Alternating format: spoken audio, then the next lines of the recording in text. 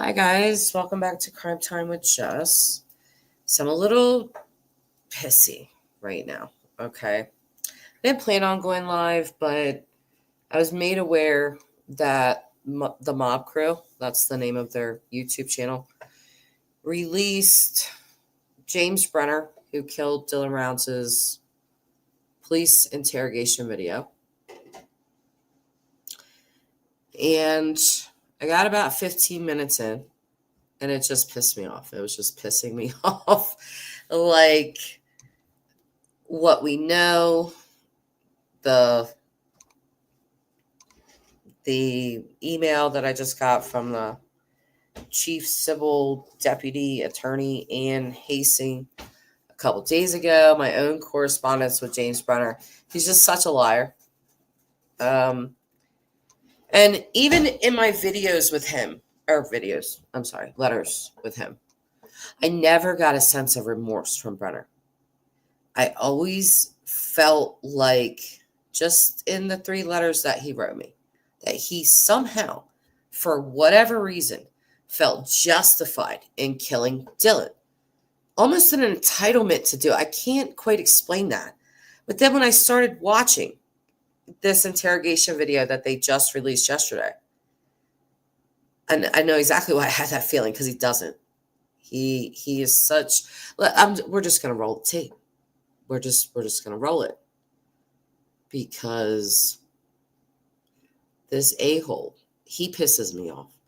Just hearing him pisses me off. Okay, so let's play it. And again, this is on Mob Crew's channel. Let's see.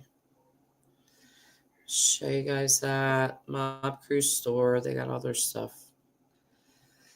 So, I mean, they from the beginning followed Dylan's case. I remember when they took drones out there to Lucin and looked for him, and so it's it's crazy that they're posting this now, and let's watch it together. I'm not going to be the nicest, okay? Again, I've watched about, I don't know, like 15 minutes or something. It just pissed me off. I was like, I got to go live. Went out to the farm and began interviewing people, including a man named James Brenner. Brenner is 59 years old and was apparently squatting in a trailer about 5 miles from... Something with that. I just want to make sure that people aren't flying in and out there and they leave the gate open and I got to flip the mountain to get my horse. With this bullshit. Dylan Rounds went missing on the 28th of May, 2022. Rounds told his grandmother that early morning that he was heading to a nearby property to park a big truck inside a shed.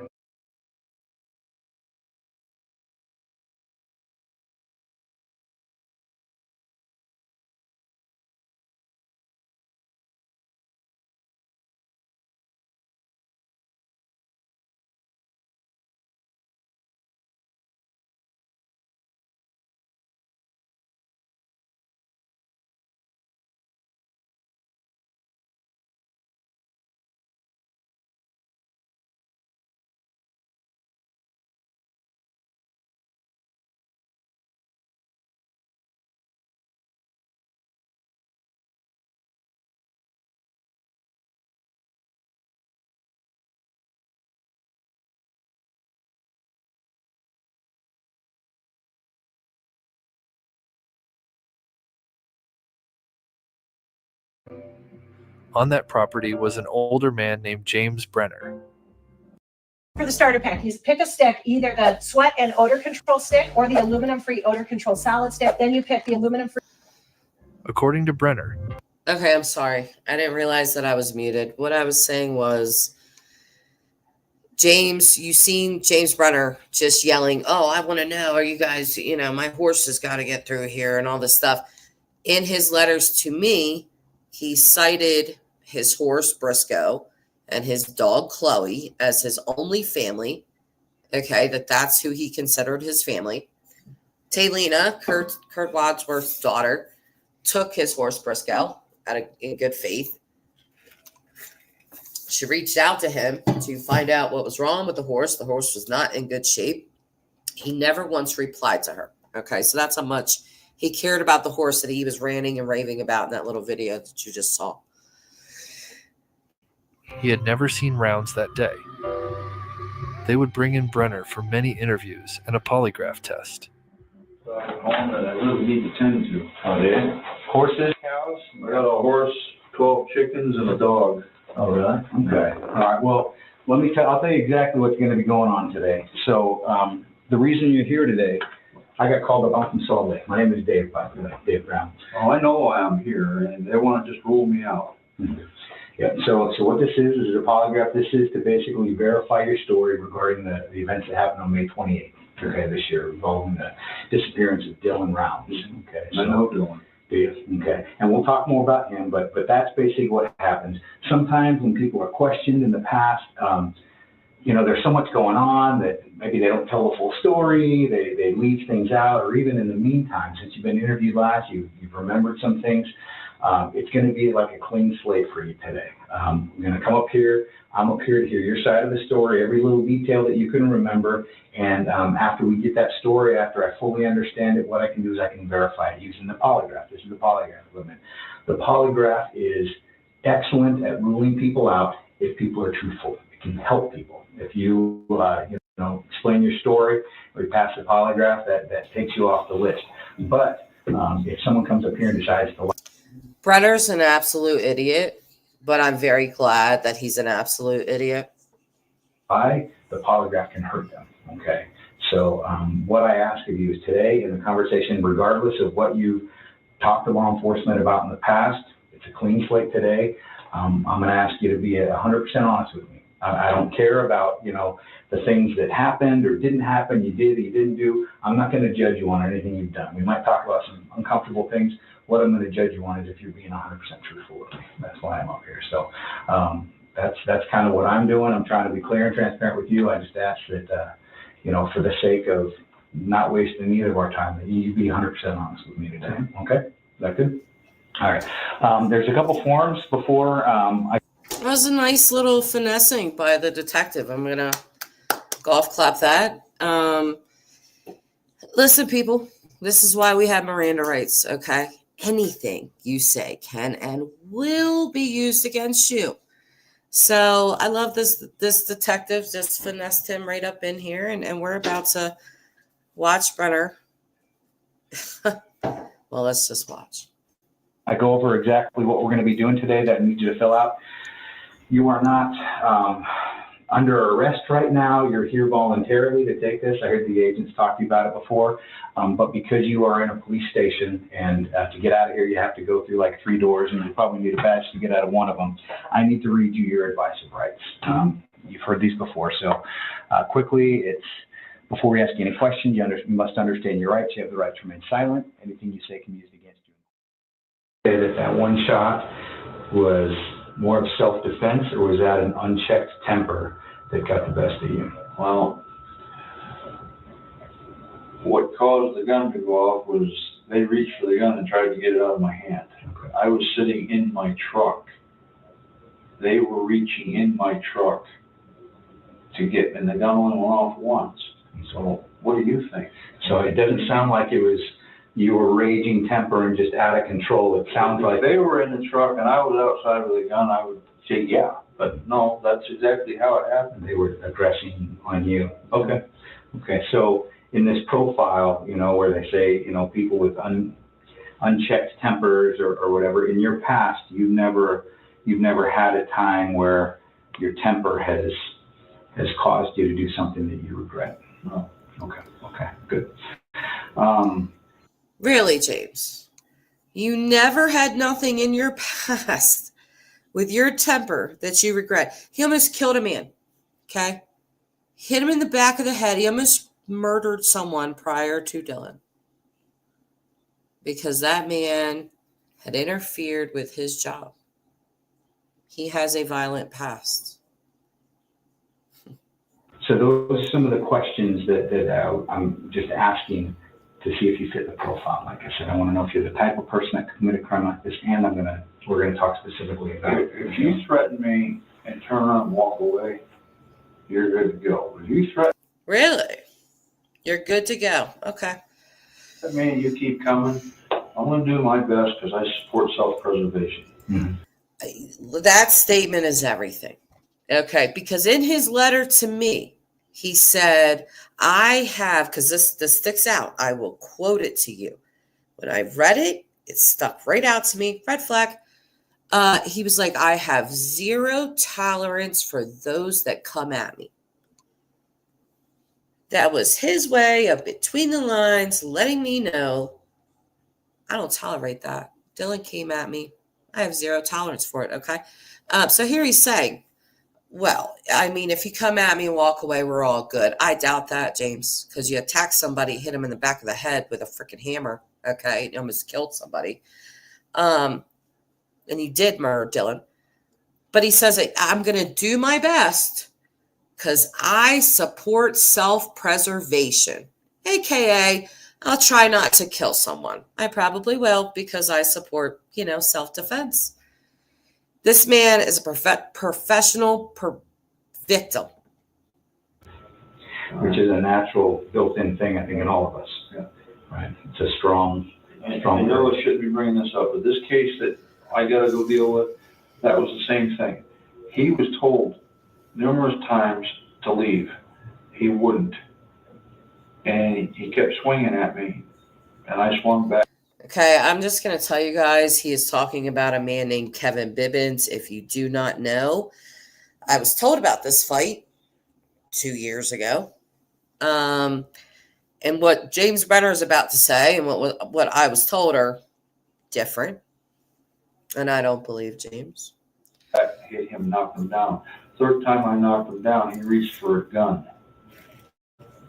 Okay. And while he was unsnapping his gun, I reached and grabbed one of these folding chairs. It wasn't quite as nice as this, but it was a metal folding chair, and I turned it into the WWE. And finally, after about second or third time I hit him, he got up and I said, leave. And he did. He walked away. He left. I have a witness to this. But he went and called the police on me. Okay. He called the police on him because James Brenner did attack him.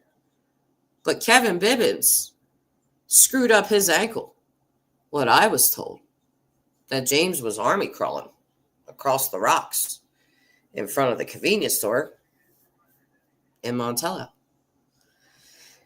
And he got SSI from that. He talked about that in his letters to me. Yeah. So, he's like some type of, he's in the WWE. Are you serious? Really? WWE. And I told him to walk away. What, when you were on the ground with your banged up ankle? Is that when he told him to walk away? And he said, okay, but he went and called the police on you. Dumbass. This was a little over a year ago, and I didn't even know that I was being, I've been going about my life for over a year. And I just find out about this the last week over this. And so, yeah, I've spent years people profiling me, talking about how dangerous I am. I am dangerous. I can be dangerous. If you corner me. People talk about how dangerous I am. I am dangerous. Yeah, we know. You literally took Dylan Rounds' life as a 14-year-old kid. You snuffed him out. So you have people that were talking about how dangerous you are. There's a woman in Lucin. And there's no reason for me to say her name. There's just not. But she was a very insightful person about what was going on. She's the one that told me that his name was the Dirt Farmer and that people around there, Lucin, it's a population of 6, 7, 8. It's a tiny little group of people. But she was always told to stay away from James Brenner. And we see why. People say I'm dangerous. I can be dangerous if you corner me. Just like he told me, I have zero tolerance for anyone coming at me. This is all a part of his self-defense bullshit. He's saying this. And I'm going to show you guys the letter from the civil deputy DA that I got yesterday or the day before. I'm going to show you what she says about his little, you see how he's saying that? Oh, I can be dangerous if you corner me. You know, AKA if it's self-defense. Yeah, I can be a dangerous man. No, James. No, James, you have a violent history, okay? Live. Yeah. And that's, like I said, that's a built-in preservation, you know. I never had function. any family other than my dad, and I worked. He was always, when I grew up, he was always 2 states away. It was always me. I was the only one I could rely on. And it seems like every time I ever called the police, it was, yeah, okay, we'll make a report. And that was the end of it. So I just handled things my own way. Mm-hmm. Okay. But I had no reason whatsoever to hurt Dylan Rounds. He was a friend of mine. Okay, yeah, let's talk about that here. And I'm gonna a notebook. Yeah, let's talk about that for a second. Remember that statement. I had no reason to hurt Dylan Rounds. He was a friend of mine. Because James Brenner makes that statement. And now he's about to go into all the reasons that Dylan is all of his bad attributes, why he's a bad person, the bad things that he's done. That's how you talk about a missing friend of yours? Red flag, okay? Major red flag. And again, he's an idiot, and I'm glad he's an idiot. Just because as we're talking, I want to make sure that I get everything right. All right, so yeah, that second reason. Let's talk about that now. I'll tell you what we know, but first of all, what do you know about it? Because the questions that I'm going to ask, we're going to come up with together. Can you walk me through your day, Saturday the 28th, which is a couple weekends ago, Memorial Day weekend, starting with, why don't you tell me about the relationship you had with him first? You say you're friends with him, right? Kind of. I knew him. How long have you known him? About 2 years. 2 years? Okay. What kind of relationship was it? Like you drink beers together? Was it work together? Was it? He drank beer, but I never offered him one because he's a kid. But he always had his own beer. When you say a kid, I mean he's 19 years old, or you knew him when he was younger than. Yeah, and drinking age is 21. Mm-hmm. Drinking age is 21. I'm telling you, there's a lot of things that James Brenner, for whatever reason, hated about Dylan Rounds. Okay? His cockiness. I never offered him a beer because he was a kid. Drinking age is 21.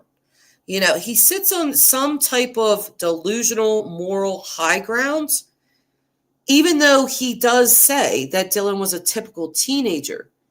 He hated him. And it's appalling. And I never offered him beer. He always had beer. We liked Dylan.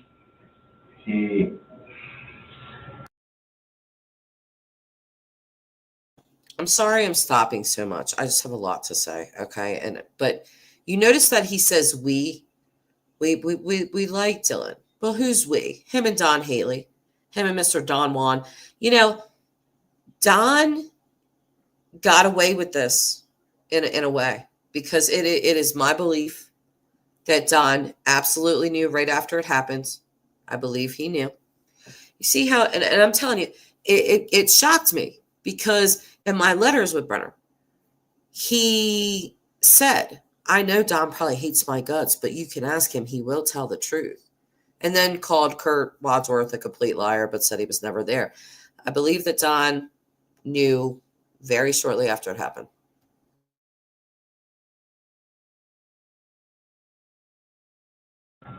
He wasn't how do I put this? Dylan did what Dylan wanted to do.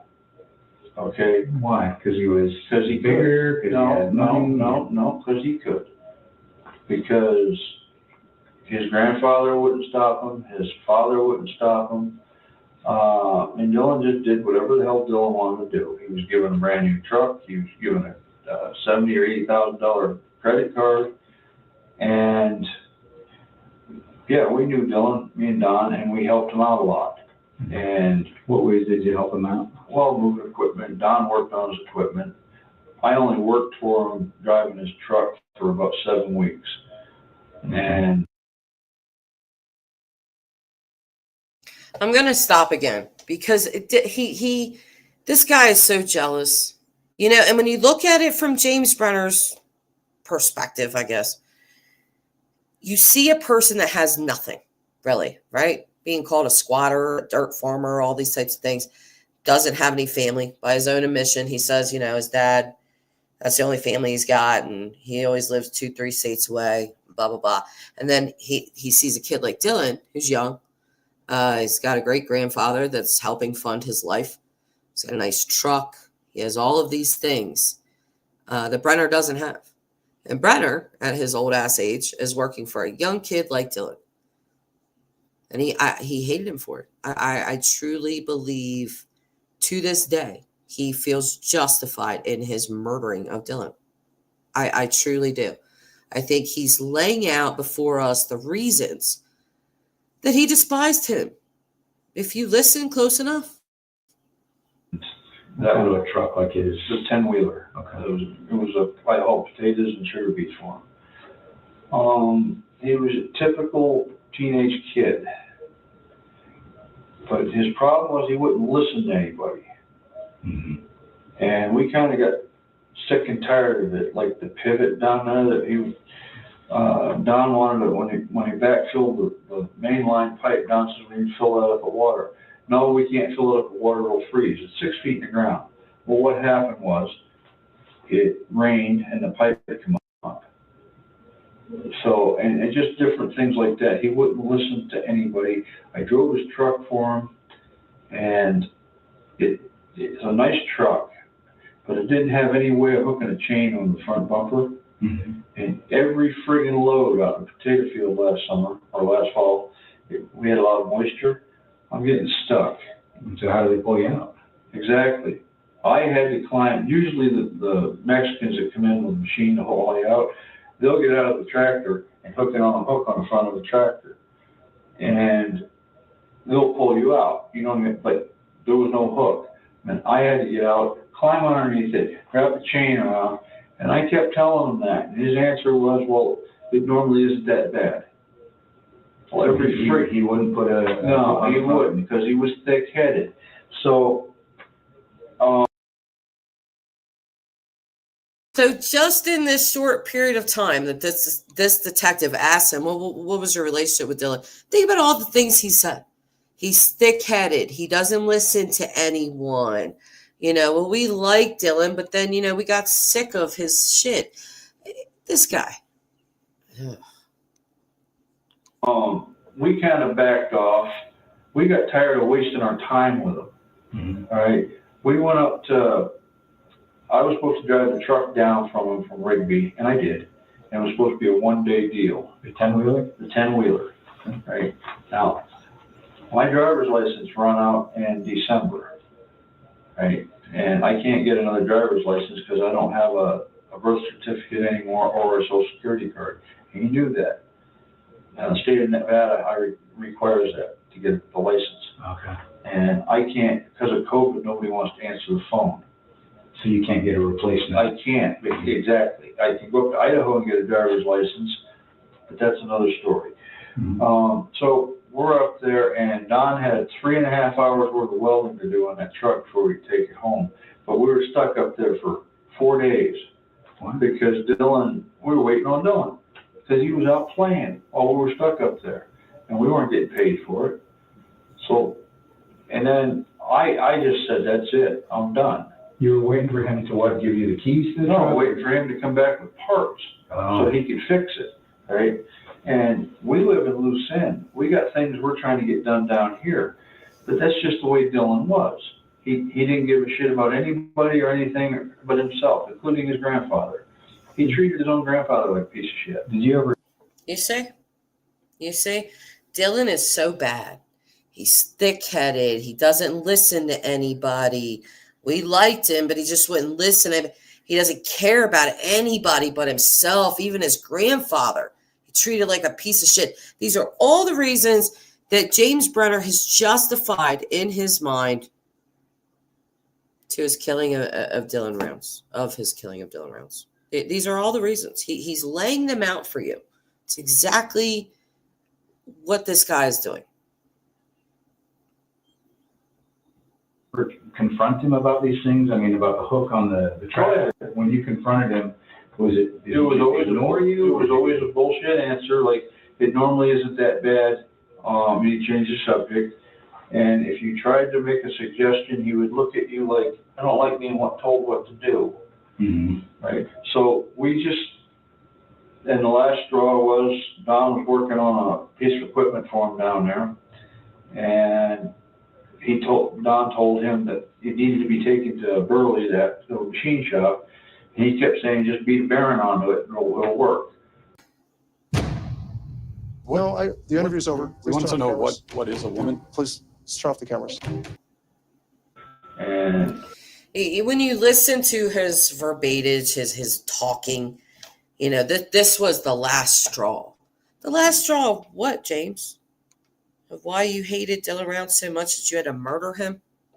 The last straw of what? And next thing you know, Dylan's down there working on an old washing machine while Don's waiting. He said, that's it, I quit. Would a bearing not work? No. Don knew it wouldn't work. No, it wouldn't work.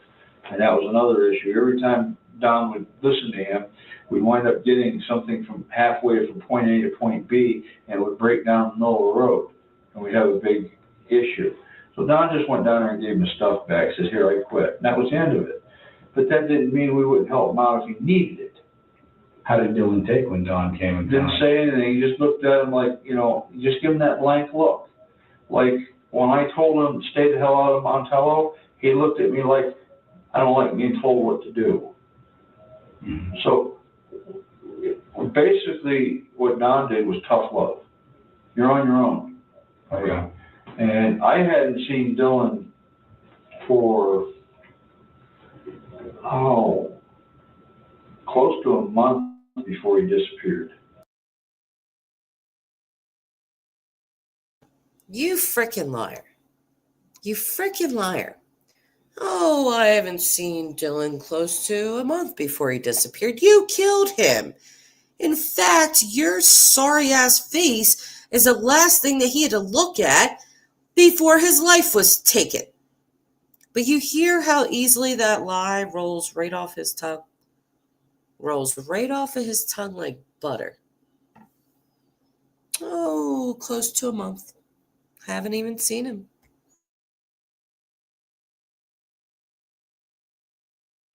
Okay, what was your last interaction with him? Was it this truck where he wouldn't get the parts to you? Oh, no. Is that your last?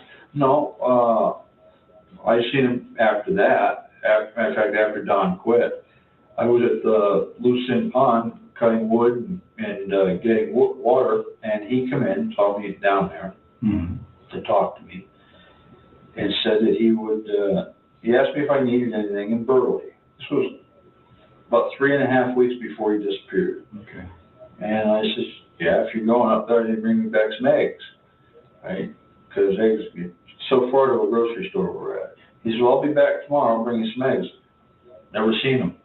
But that wasn't uncommon for Dylan because he would say he's going to do one thing, and next thing he's going to do another. Mm-hmm. The hits just keep coming. Has he said a single nice thing about Dylan after he lied and told this detective that Dylan was his friend? Because now he's just calling Dylan a liar. Well, that's normal for Dylan. Say one thing, but do another. He's just a liar. He doesn't follow through on what he's doing. Doesn't listen to anybody. He's a thickhead. He treats everybody like shit. He treats his grandfather like a piece of shit. I mean, this guy's just going to town on the insults to his missing friend. Okay. Hi, Rocco.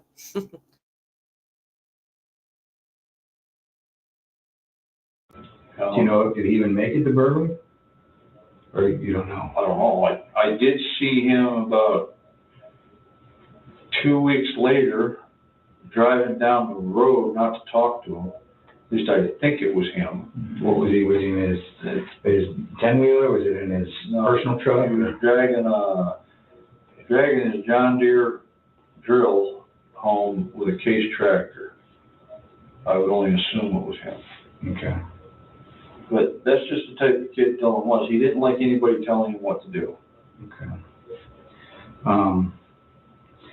Did he ever take a step above maybe being disrespectful to you, or he was aggressive or No. provocative in any way, or was? No, he just had a cocky little attitude to him sometimes, and he'd turn around and walk away from you. Mm-hmm. And I let him. Again, he's cocky now too. I add that to the list of grievances that James Brenner has with Dylan's behavior, personality. And I will tell you guys that there were several people that told me that Dylan was pretty cocky. And maybe he was. He probably was. That's no reason to take somebody's life. If you don't like it, you don't have to be around the kid. Okay? And he's 19 years old. What 19-year-old guy? I've had older sons. They just have an air of the cocky going on. But again, this is just another reason that James Brenner despised Dylan Rounds and feels justified in his murder. I am tripling down on that.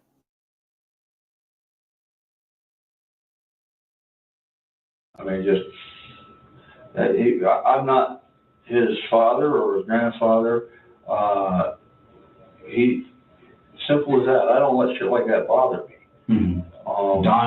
Don does a little bit more. No, Don. Well, got him to quit, right?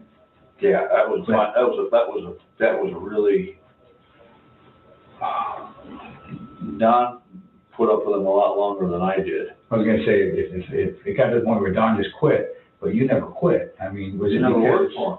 I never worked. Don was moving his trucks and stuff Don was supposed to be getting paid for repairing. Yes, and Don never got paid, and me. I never really worked for him because I had my own money. I was just helping him out. And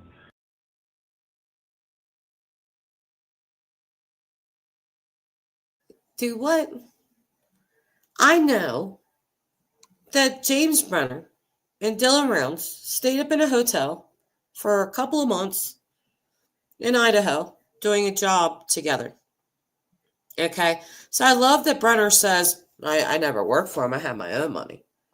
I was just helping him out. Bullshit. You just sat here for 10 minutes straight telling us all these bad things about Dylan. Why would you want to help a person like that out? You're a liar. Definitely worked for him. And I think that's one of the things that aggravated him.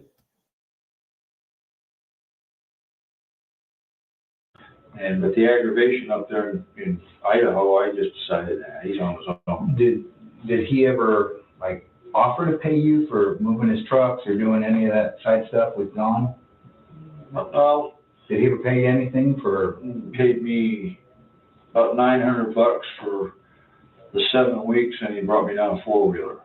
And because he had issues with him getting paid. Okay. And I understood that. And he did,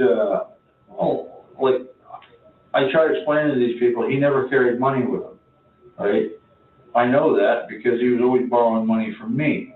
I thought he had he had credit cards. Credit cards, but he never carried cash on him. And a lot of times it would, like Don needed a door for his truck. And we went into a U-Pullet place in Idaho Falls, and it was $3 a piece for each one of us to go in to get the door. And he didn't have cash. He didn't have cash, so I paid for it. But on the way home, when we got gas, he filled up my gas can. Okay. So it was, I'm not saying that he owes me money. He always, but he never carried cash on him. Okay. He always carried, he had 2 or 3 credit cards with him. In small towns, sometimes credit cards aren't much use, except for gas stations. Yeah, well, that's like in Montello. Well, he doesn't go to the gas station in Montello, but the gas station in Grouse Creek, he would go up there, and that's well, the only way you can pay for your gas is with a credit card. Mhm. And matter of fact, he bailed me out a couple times that way because I didn't have cash on my debit card, Mhm. and all I had was cash in my pocket. So he got me some gas. Okay. So So it seems like, you know, he was a good guy, helped out, but just very kind of absent-minded and maybe a little bit cocky sometimes. And, well, nobody ever paddled his ass when he was a kid. If I treated my father or my grandfather the way he treated them, I wouldn't have been able to sit down for a week. Mhm. But, I mean, he swears his grandfather was the nicest guy you ever want to meet. But he's just got a cocky attitude. And you know, how did he treat his grandfather and father? Like shit. Like Just like shit. yell or Yeah, yell, scream. Not so much his father's the same way, but he basically. Not so much. His father's the same way. Yeah, Justin was said to have a very explosive temper. They called him the volcano, allegedly. So I imagine just Dylan got some of that from him. But again, you know, he has not stopped. He's given tiny little compliments of, oh, well, you know, I mean, at first it was, I paid for everything. He never had cash and blah, blah, blah, blah, blah. And then it was, well, yeah, and then he would fill up my gas tank. I mean, I feel like that's the closest we're going to get to any type of compliments because it's just been nothing but bad. I mean, he's talking about how bad, you know, he screams at his dad and his grandfather. And I mean, he's just been doing this for 15 minutes straight now. There's every bad thing about Dylan. basically ignores his father. Of course, his father. Nobody talks about their missing friends this way. Okay. Nobody wants to sit down with a detective and your friend's missing. Yeah, he was a terrible person. He was just awful. I mean, he treats his family like shit. He says one thing, he does another. He's cocky, stick-headed. Yeah, that's my missing friend. Hello, you know? Tell you different. Do you know his father and grandfather? I know his grandfather. Yeah. I've been around his father a couple times, and he's not a bad guy in his own way. I mean, he's got a 3 or 4 businesses up there. You gotta, you know, you gotta be the way you are. But but I've been around Larry. You couldn't ask for a nicer guy. And when he found out his grandson was drinking in the bar, I thought it almost killed him. Oh, really? Yeah, he's a Mormon, and he only drank once in his life, and it was by accident. All right. He was in What something did he drink? a Mexican restaurant, and he ordered something that said cola on it. And he thought he was getting Coke, and it had some kind of something in it. Coke and rum or something? Yeah, totally screwed. So, you know, Dylan's grandparents are practicing Mormons. And so Brenner's alleging that, you know, it almost killed Larry, Dylan's grandfather, when he heard that Dylan was drinking alcohol because they didn't believe in that. You know, I wasn't there, but I heard about it. But no, Larry has got a mean bone in his body. He's a real nice fella. Okay. All right, so good. Well, it sounds like your relationship with Dylan was, you know, you kind of kept calm when he was being, you know, his cocky little self or doing whatever. But let's talk about The one time I come that close to turning him over my knee was last summer. we'll talk about that. I've been trying not to bring this up. We were over there I wasn't living at the farm at the time. My horse was over there. Mm-hmm. Don needed water, and we had a generator where we were pumping water. Well, I had moved my water trough to another area, so it was out of the wind and the dust and stuff. And me and Don. Rocco, yes and no. Brenner's downplaying it, like, you know, I didn't work for him. I had my own money. No, he did. He worked for Dylan. And then they got into it, and he stopped working for Dylan. And his friend Don, this guy here, James Brenner's best friend, Don Haley, also worked for Dylan. Dylan was young. Dylan was 19. These guys are in their 50s. Okay. So James Brenner, like the DA said to me a couple days ago through email, we may never know exactly what happened that morning, but Dylan's mom has said that James Brenner did not want him parking his grain truck in the grain shed, and that is why he took his life. I think that may have been the final showdown, but I don't think I think it's a lot more complex than that. And I've always thought that, that he had this anger, this hatred for Dylan. Brenner is a violent guy. He said it himself. Oh, people talk about how dangerous I am. Well, I am dangerous. Oh, we know. So he was a violent guy, and he was living out there. I think there was a lot of jealousy. I think he was jealous of the things that Dylan had. I think he was jealous of Dylan's family connections. These were all things that James did not have. James did not have family. He did not have money. They literally call him the dirt farmer.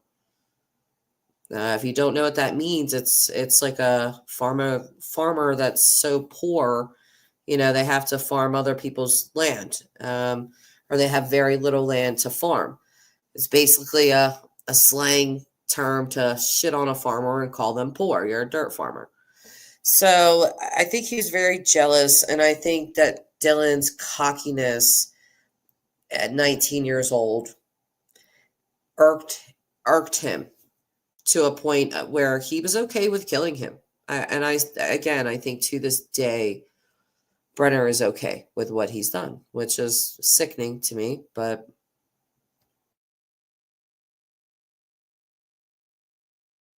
we're sitting there having a beer on a hot day, and my horse come trotting in. So I said, I better go get him and lead him over, show him where the water's at. Well, I was right in a tight area where between the trailer, the water tote, and the barn, and Dylan came flying down the road in his semi-truck, doing about 55 mile an hour coming down the driveway. And my dog ran out and started barking at him. He laid on the air horn, and I almost got trampled by my own. You were out there? No, my dog went out to the road. He shouldn't have been going fast in the first place, but he drives like a nut. My dog went out. He blew his air horn at the dog. I'm pinned in between the barn and the trailer with my horse, and I almost got trampled by my own horse. Jeez. And I come unglued, and I started yelling at him. Was he in the truck still? He just got out of the truck, and he's standing up on the side. He's looking down at me. He goes, and you ought to know better that yelling at me does absolutely no good. We believe everyone deserves to stay connected. That's why Blue Peak built a better internet with fast.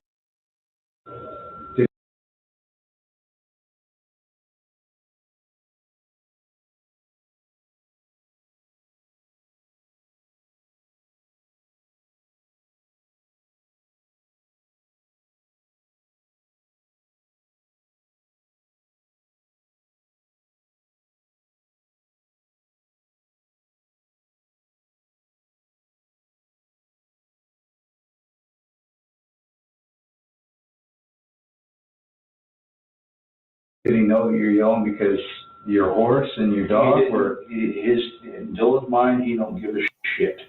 Okay? Dylan does what Dylan does. That's why I think he's in the mess. I didn't know I was muted, but I said I was going to be right back, but I heard him say all that, and I just have to say, these are just more justifications in his mind of why he killed Dylan. He's painting Dylan in this menacing light.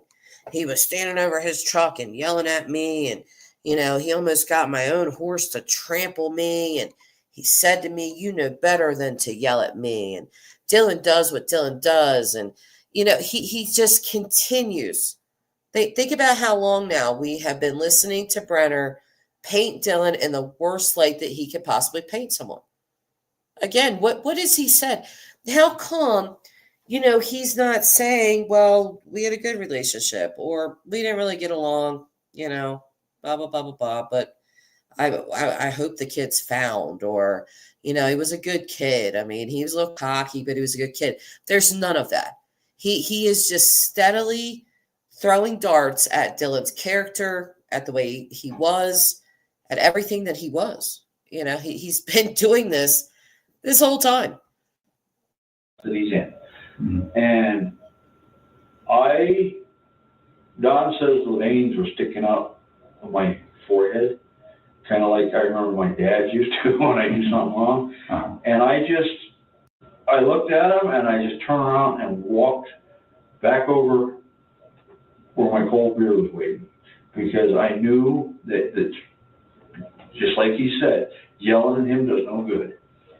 But I can't imagine if he's sitting up there, you're yelling at him, your horse almost tramples you, your dog almost gets run over. Do you just yell at him for a little bit and then you just stop and walk away? I did. I mean, that's a lot of self-control. I don't know if any. I did, because I knew if he would have opened his mouth one more time and I'd opened up my mouth one more time, it would have been him laying across my knee paddling his ass. But that's just the way Dylan was. Dylan did not give a shit about anybody or anything but himself. And I hate to say that, but it's the truth. No, I appreciate you giving me kind of the real. Everybody on YouTube and everything, his mother is talking about what a little angel he was and how he used to get up at 5 o'clock in the morning. No. Many times I was up in Rigby working on my 5th cup of coffee at 8:30 in the morning, 9 o'clock in the morning, and Larry would come walking in and say to me, "Where's Dylan?" And I'd point to the bedroom. Dylan would sleep till 9:30, 10 o'clock, sometimes 11 o'clock in the morning. So he's not the little angel that everybody says he was. He was a hard worker. He was. If he was doing something at his own speed. Okay. And he liked secrets. He didn't like telling anybody what he was doing. Which if people relied on him, that could be a little bit frustrating. Well, me and Don never knew when the hell he was going to be.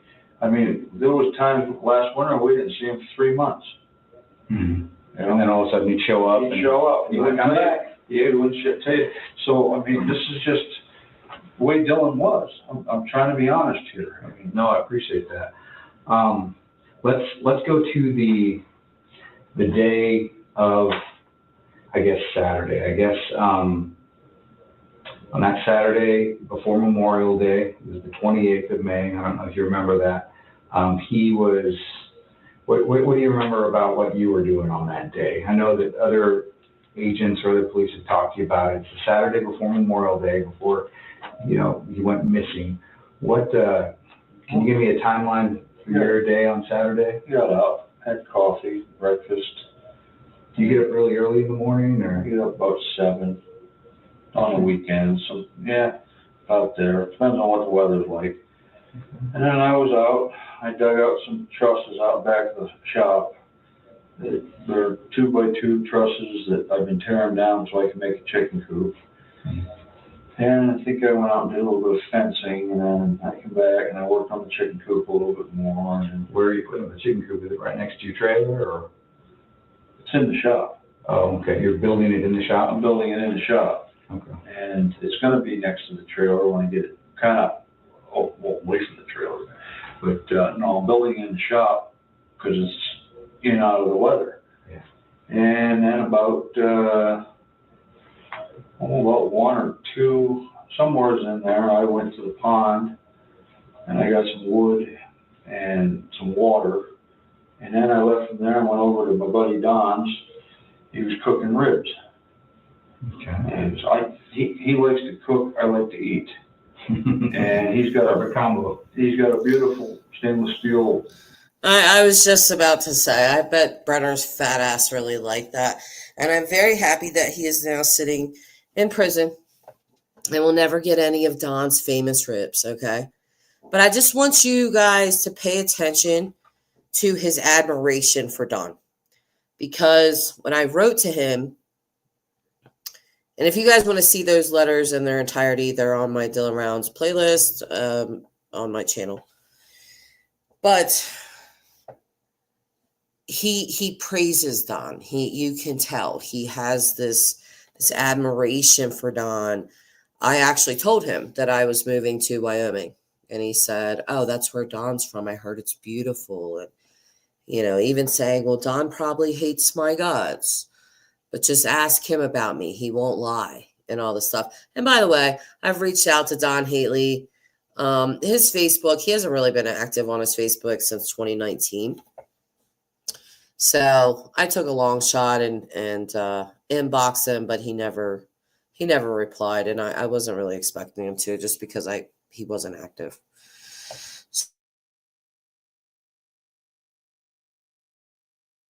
Gas grill over there. Mm-hmm. So I usually on the weekends I'll buy ribs or a brisket or something, and he cooks. And then I got home at about 9 o'clock at night, somewhere in that vicinity. How do you know it was around 9? Was it dark out? Or? It was just getting dark. It was dark, but it was still to where you could see. Mm-hmm. My experience with Mind Bloom, it's been life-changing. I remember. And do you drive over with one of your vehicles? Yeah. Okay, what kind of vehicle do you drive? A blue Chevy Silverado. 94 Schultz Silverado. Okay. And you came home around 9. And on your property. The only little body language signs that I see from him is him picking his thumb. But now you see he's kind of stopped himself. He's controlling himself. But I don't really see any other body language. This dude's a polished liar. But unfortunately for him, he doesn't understand tech. He's an idiot because he really doesn't understand tech at all. And it's what eventually led to his downfall. Property, is there how many entrances or exits to your property? Okay. When you left your property that day, did you go out, which one? You had 2, is one side, one east, one west? I always go out the back way because it's the closest point to the pond and Don's. If I go out the front way, it would be 8 miles out of my way round trip. Okay, so you always, when you come and go from your property, use the back entrance. All right. So unless I go down to Dillon's, then I would use the front gate. I don't go down to Dillon's. Okay. So, all right. So around 7, you woke up around 7 o'clock. You had coffee. Mm-hmm. You had eggs, or you had breakfast, or okay. Bacon, eggs, potatoes. Okay. And after breakfast, you did a little bit of work digging up some trusses, doing some fencing, and building a chicken coop in your shop. Okay. And usually you worked till about 1 or 2. Did you have lunch that day at home? I normally only eat 2 meals a day. So that's breakfast and dinner? Yep, for supper.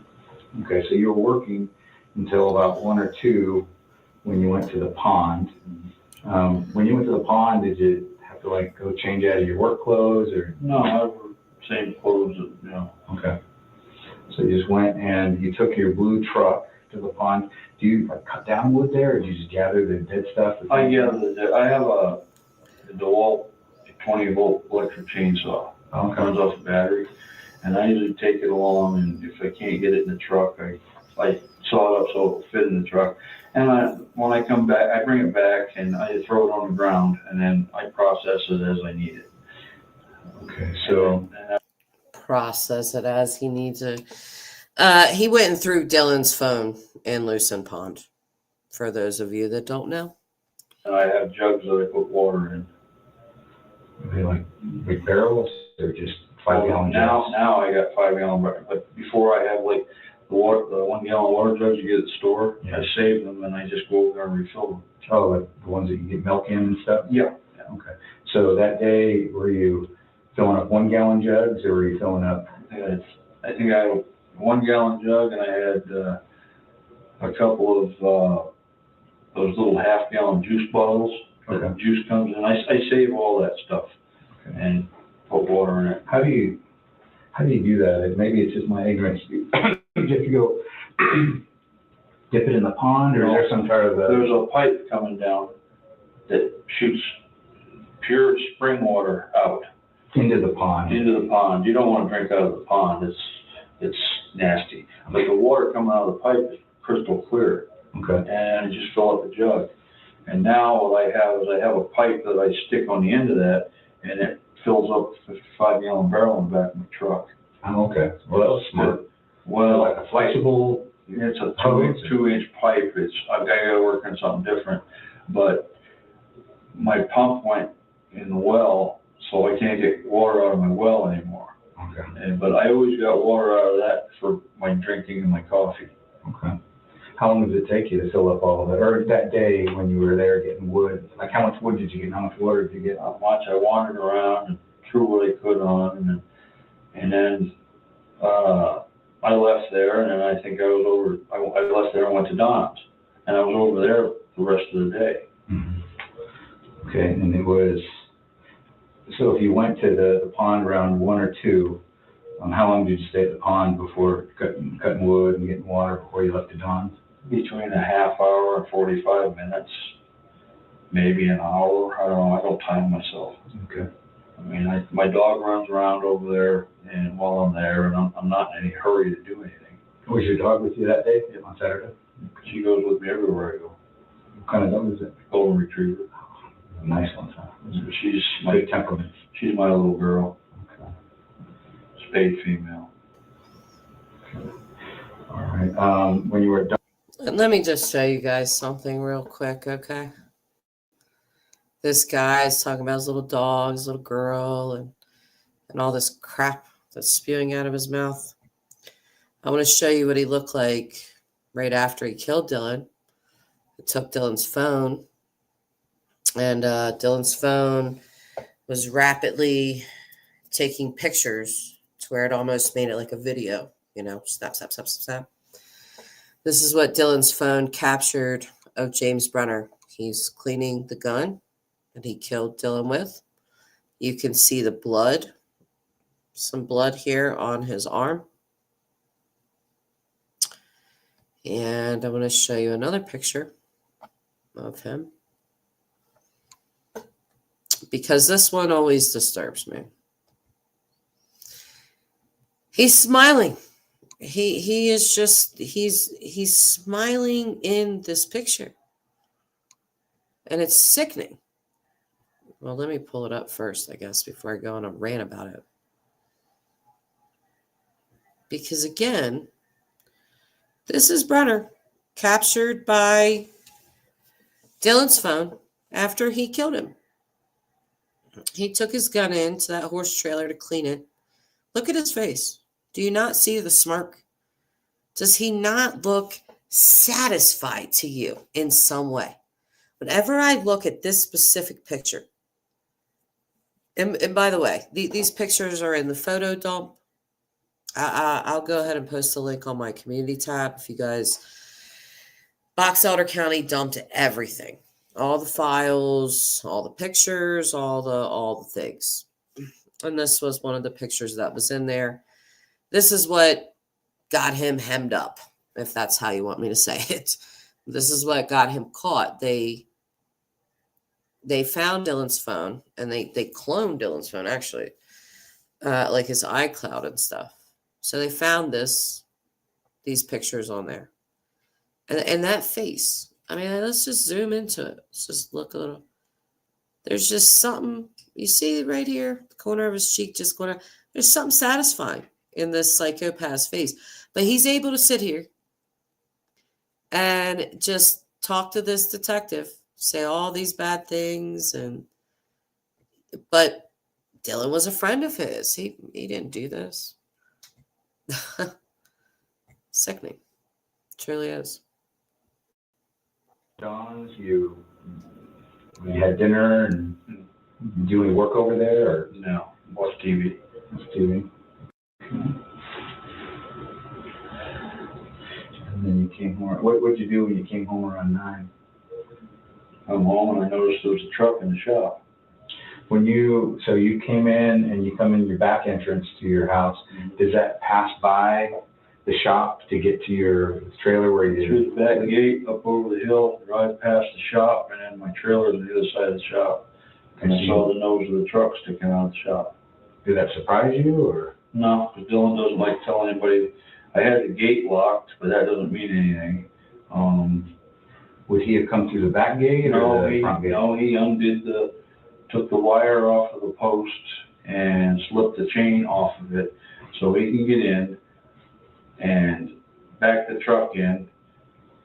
And he knocked out my stall for my horse. He moved all my stuff that I had in the shop out of the way, backed the truck in, and then he left. But he did close the gate when he left. Did he come through the front or the back gate? Up through the front. So he came in through the front gate and left out. And you know that because the front gate was messed with? Or? The next morning I went up there just to see if he closed the gate. That's the reason why he doesn't have a key, because he likes to leave gates open.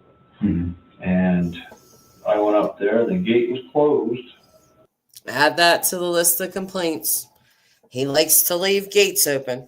You know, anything about Dylan is negative coming from this man. Anything. But the chain was dangling there with the lock on it. I could see where he undid it, slipped the post out. And there was 2 sets of tracks. The truck coming in, and there was a set leaving. So you think you know Wix, but do you really? First up, we've got Shake Video Mask. So how would he normally do that? If he drove the 10-wheeler and parked it in the shop, how would he have another vehicle to leave? I have no idea, because Dylan doesn't communicate with people. If you don't believe me, ask Don or Kurt Wadsworth, because they both had the same problem with him. Oh, let's talk about that for a second. Okay, Kurt Wadsworth and Don, ask them. You know what's funny is that, and add that to the list too, that Dylan's a non-communicator. I mean, anything bad, we could just throw it at Dylan. He's just a terrible, horrible person, right? But he said that exact same thing to me in his letters. If you don't believe me, ask Don. He'll tell you the truth, you know.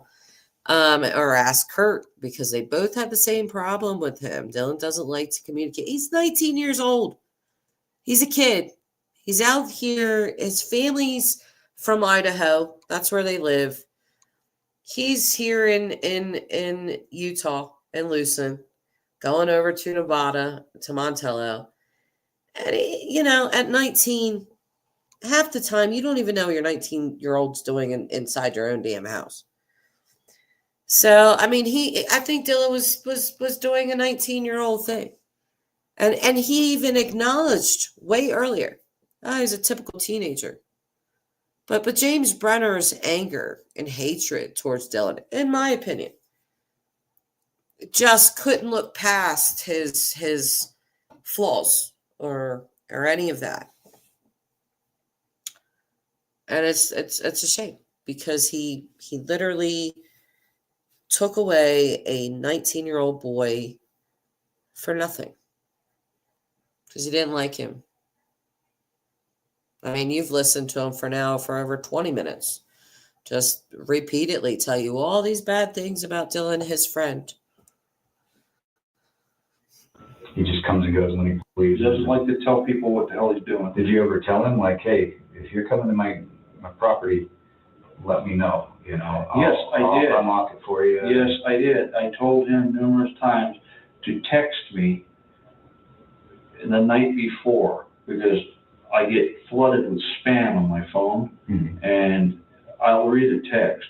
I got better things to do than sit there for 10 minutes going through who called me. Okay? And everybody texts me. In fact, the FBI agent did, and he texted me, and I finally got his text 2 hours later on the way here. I showed it to him. But Dylan didn't text me. He called me at 6 o'clock in the morning, and I never heard the phone, because sometimes out there, the signal travels around, but it just comes up, my phone purrs, it doesn't ring. Oh, really? Yeah. So do you think, did he call or text that morning? Called. He called to tell you? And I didn't know it until The next day, really. Oh, so you didn't answer the call? No. You just saw that he tried calling at 6 in the morning? Yeah. Okay. Did he try, if you asked him to tell you the night before, did he try to call you or text you the night before? No. Friday? No. I hadn't talked to Dylan for over 3 weeks before that. Okay. I didn't know what he was gonna do. I didn't know what he had planned. If I did, I would have moved all my stuff out of the way. Instead of him backing into it all? Yeah, but he just takes things on his own and he does whatever the hell he wants to do. If his truck was there earlier in the day, would you have seen it? No. Like when you were doing your trusses? Oh, yeah. Building your chicken coop or whatever? I mean, you're building your chicken coop in the shop, so if his truck was there earlier in the day, you would have seen noticed it. You would, and even when you were It would have had to have been done between the time I left and 6, 7 o'clock at night. Mm-hmm. Okay, because in the morning you were working, you didn't see the truck there, and you would have, because you passed the shop, and then you left for the ponds between 1 and 2. Well, I would have seen it. I'd have heard him drive by. Yeah. Okay, and then you were gone from about 2 o'clock to the ponds. Did you come back after the ponds to your house to drop off the wood and water? No. Or did you go straight to Don's house? No, I went straight to Don's house because the pond is halfway from my place to Don's. Okay. So there's no sense in me, gasoline's an issue out there. Yeah. So I went out there, and then when I come home, I figured I'd unload it in the morning. Okay. You just kind of left everything in the back of the truck and came in? Matter of fact, the wood's still sitting there. Mm-hmm. Well, the wood's still sitting on the ground where I threw it. When you saw the truck there, when you came home that night, I mean, what went through your head? Did it make you upset, or was it just like, oh, Dylan? You try to reach out to Dylan to ask him? No, we just expect this from Dylan.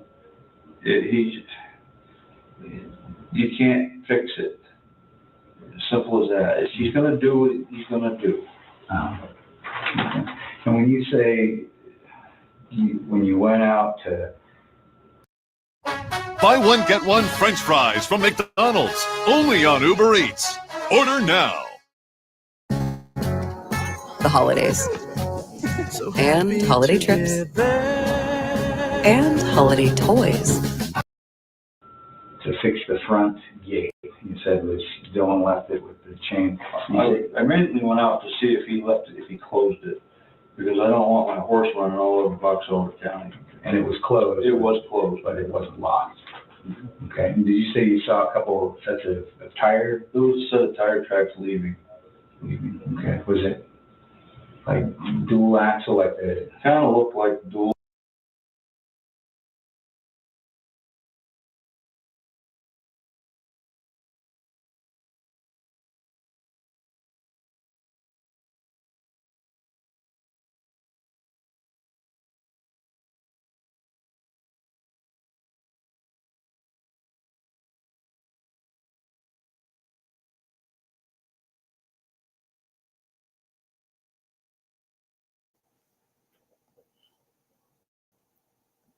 But it could have been just the way they were driving. I don't know.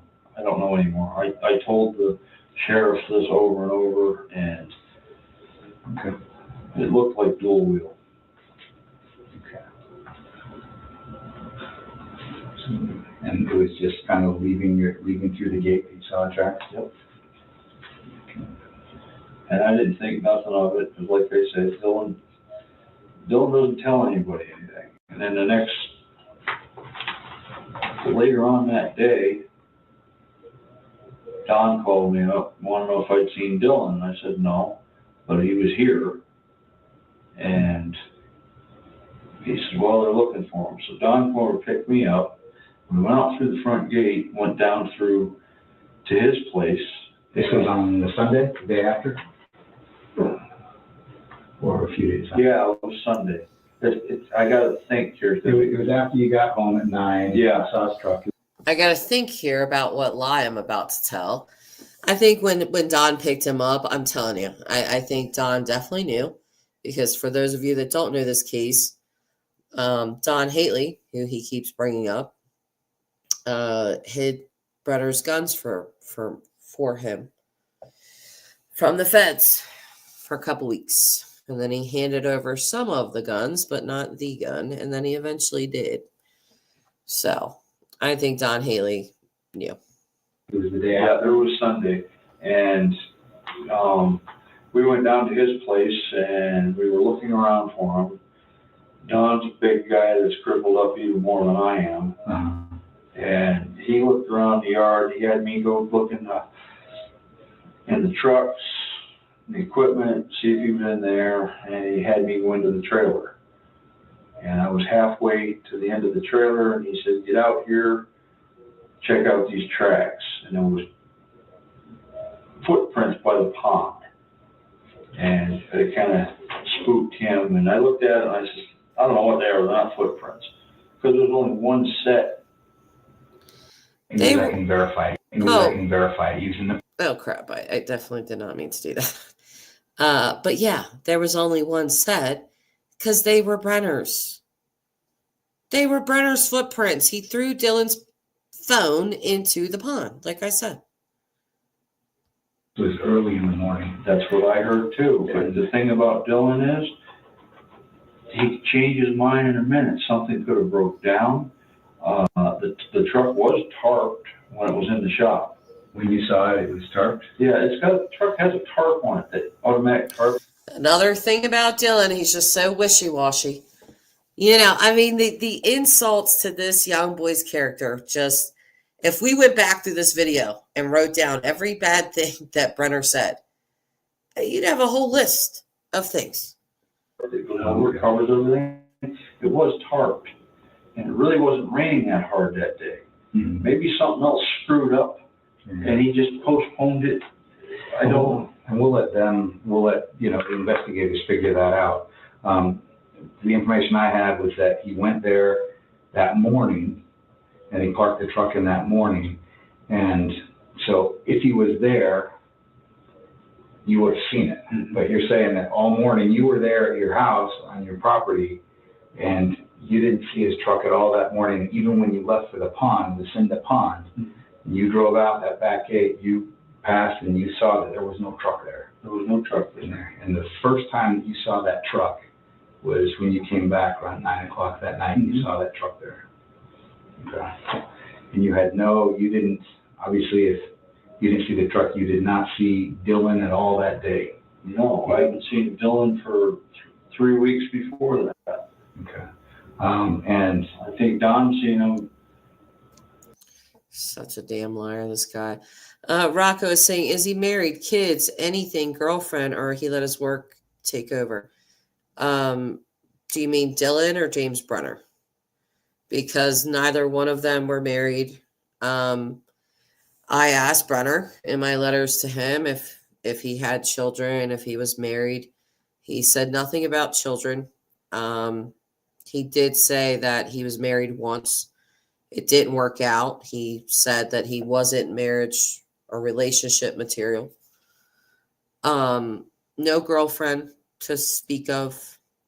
There was an alleged incident with another guy that was suspected early on in Dylan's disappearance and eventual murder. His name was Chase Venstra. Chase had a girlfriend. I guess the girlfriend left Chase, and Chase was a meth addict, still is. He's on the run as we speak. But I guess Brenner took over this girlfriend, so to speak, and then Chase blew his house up, which he had a little shack. So there's a lot of crazy stuff there. But as far as I know, Brenner's background is very elusive. Okay, many people have searched, myself included. Good luck finding anything on James Brenner. I only know what he has told me. And again, he claimed no family other than his animals, his horse and his dog. He would not speak about his childhood. I did ask him about it. He said it was a long time ago. He just didn't want to talk about that. So it's very hard to even find where Brenner is actually from. When I asked him directly where he was from, he gave me an elusive answer. He started with his life in Maine, and then went through a couple of states. North Dakota. He lived in North Dakota. He lived in Maine, but I can't even tell you exactly where this guy's from. So sitting here watching him lie as easily as he's lying is very disturbing. It's the first time I've ever seen this. So a week or so earlier at the bar in Montello. But I don't go to the bar in Montello. And that day, was there any contact via cell phone? I know you said that he tried calling that morning, but you never picked up. No text messages that went back and forth? No text messages. There was one phone call that popped up later that was from 6 o'clock in the morning. Mm-hmm. Okay. All right, so you had no contact with Dylan that day. When contact, you didn't see him, you didn't talk to him on the phone, you didn't see him back in the truck in and get pissed off that he was backing over all your stuff. Special Agent Jeff there's got my phone. He checked it out. There's no contact between me and Dylan. Okay, on that day. Okay. Well, here's your, in order to kind of clear your name, what questions would you ask if you were law enforcement? We need to come up with some questions to find out if you were involved with his disappearance. What questions would you ask? Would you want on your polygraph test to be able to kind of clear your name? There's a lot of different questions that I could ask you. What do you think?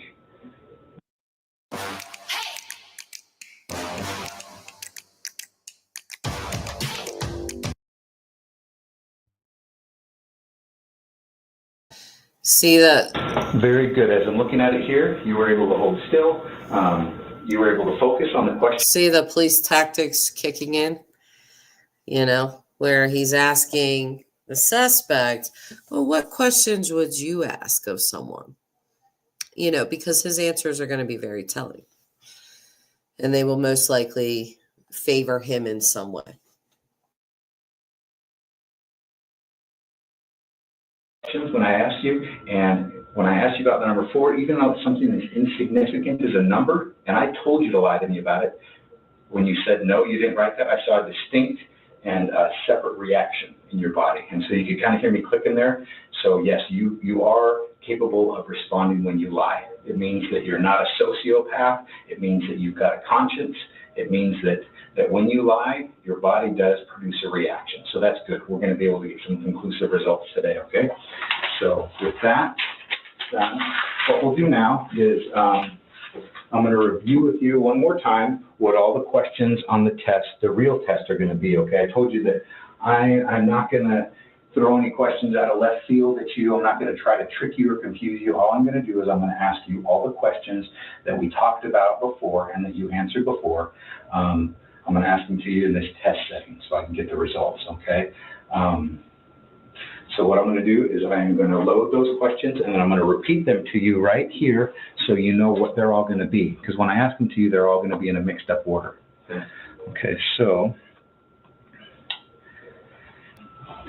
all right, are you ready? Yep. I'll inflate the cuff and I'll let you know when the test is beginning.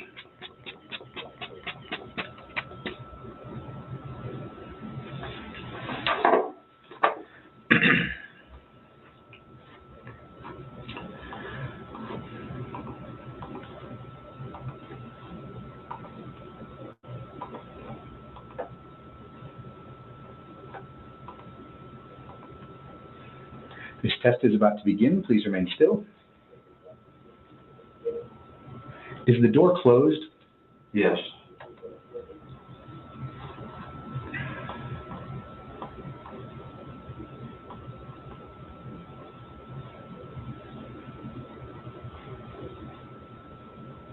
Regarding Dylan's disappearance, do you intend to lie to me on this test? No.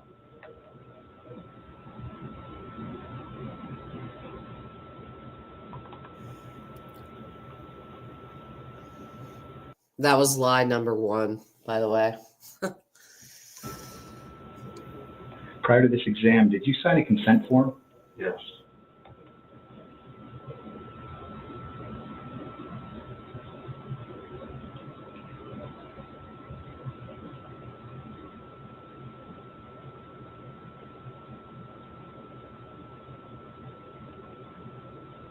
Did you lie to me about the extent of your alcohol use? No.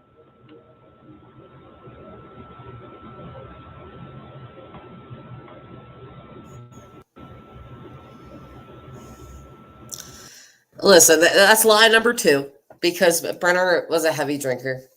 Okay. Did you have contact with Dylan that day? No. Lie number 3.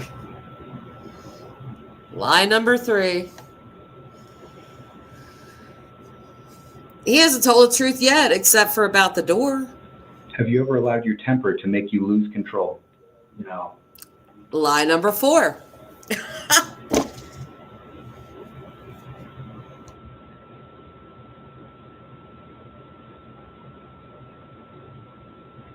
Do you know where Dylan is now? No. Lie number 5. He buried him himself.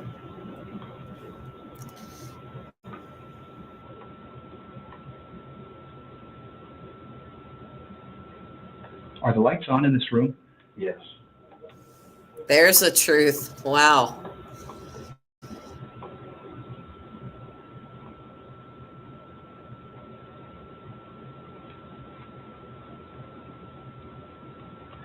This test is now over. Please remain still for another moment. Just give you a few seconds here to get reset, get the blood flowing back in there. And like I said, we're going to go through this 3 or 4 times. I'm going to mix up the questions in a different order, and we're going to go through it, and I'm going to continue to collect that, okay? So I'll give you a few seconds here to get... Okay. Ready to go again? Okay. Feet flat, head up. This test is about to begin. Please remain still. He didn't tell the truth about anything. Yes. Except that. And the door.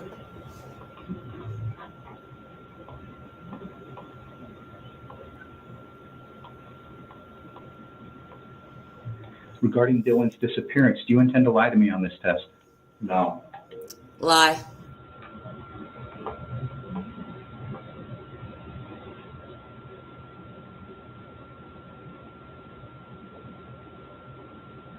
Is the door closed? Yes. Yeah, I think that's why they got the blood pressure cuff on his arm, Rocco. Did you lie to me about the extent of your alcohol use?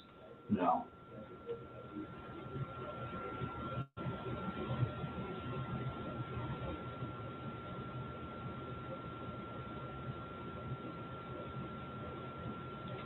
Do you know where Dylan is now? No. Yep, he was the only person that could take the feds to his body. They didn't find him. He led them there. Have you ever allowed your temper to make you lose control? No.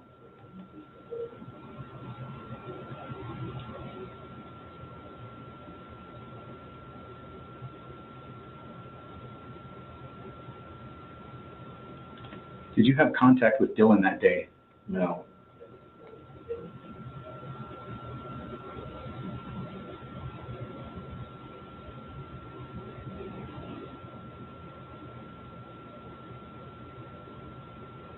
Prior to this exam, did you sign a consent form?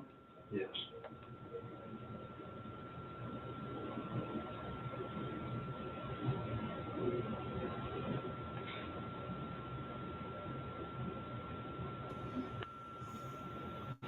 This test is over. Please remain still for another moment. Go ahead and move your hands, blood flowing. Review your chart.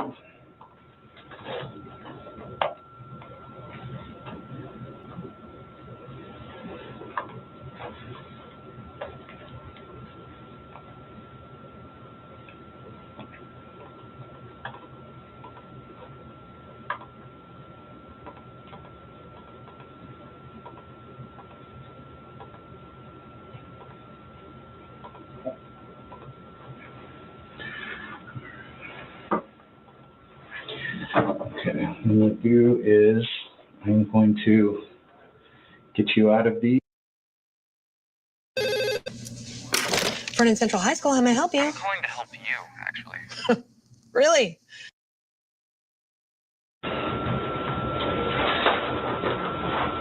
Let me tell you,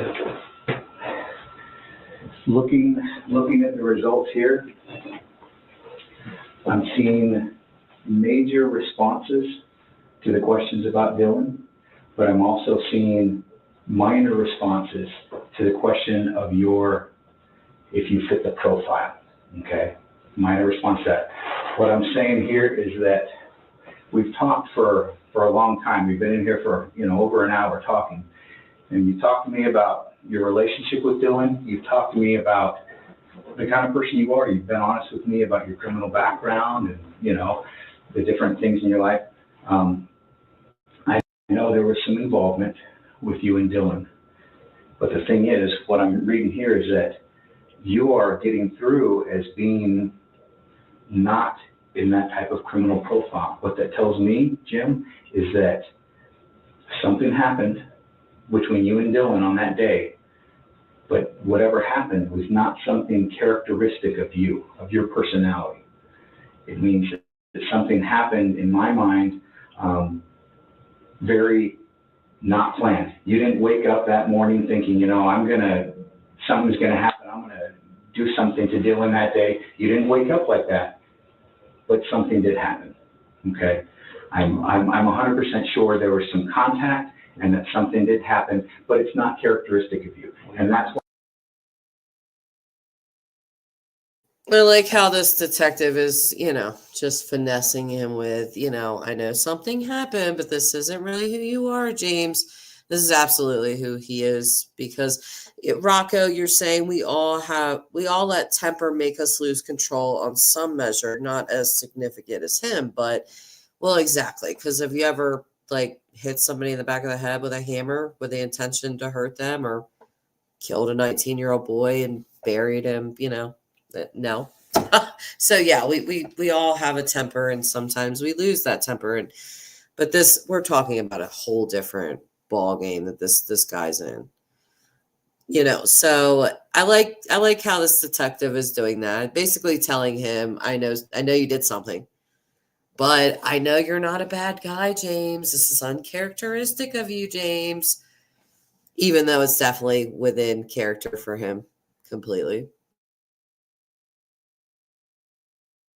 why what I want to do is I want to sit and I want to talk about what caused that uncharacteristic interaction between you and Dylan on that Saturday. I think you're wrong, and I think this whole thing was just bullshit to set me up. Let me tell you this. What I'm telling you is I don't think that you are some bad guy that goes out and hurts people. I don't think you're someone that goes and does that. What I'm saying is the exact opposite. On the questions I asked you about whether you fit the profile, you were just fine.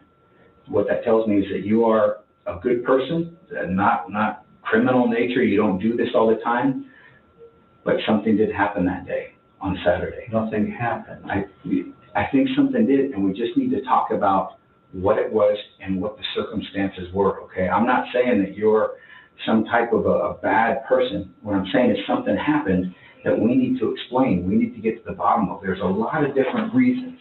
I think this whole thing was set up. I think I was brought up here. It's not a setup. It's not a setup. And I'm the low-hanging fruit is what it is. Okay. Come on. Yep, come on. Well, he's definitely low-hanging fruit for sure, for many different reasons. But, I love that he fails the poly 4 times and then says, I think this was a setup. You guys brought me down here just to set me up. Again, he's an idiot for even taking that polygraph, but I'm glad he did.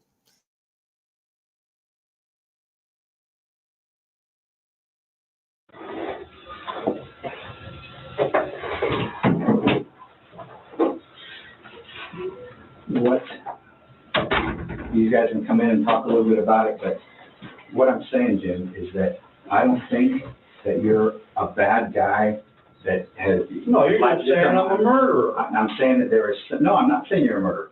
The questions were about contact with him. I know you had contact with Dylan that day, and I know that you have some idea of where he's at. but it's something totally uncharacteristic. It had to have been something that provoked you, and we know that Dylan was good at provoking people. He was the most arrogant asshole there was out there, talking to people like he was some type of entitled guy, and it got on a lot of people's nerves.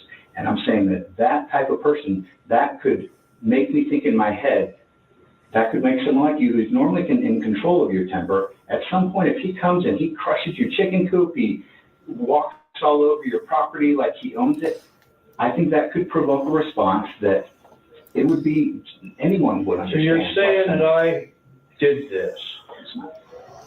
How dare you call me a murderer for murdering Dylan Rounds? How dare you say that? You're saying that I did this. Well, yes, James. Some people tell the truth, unlike you.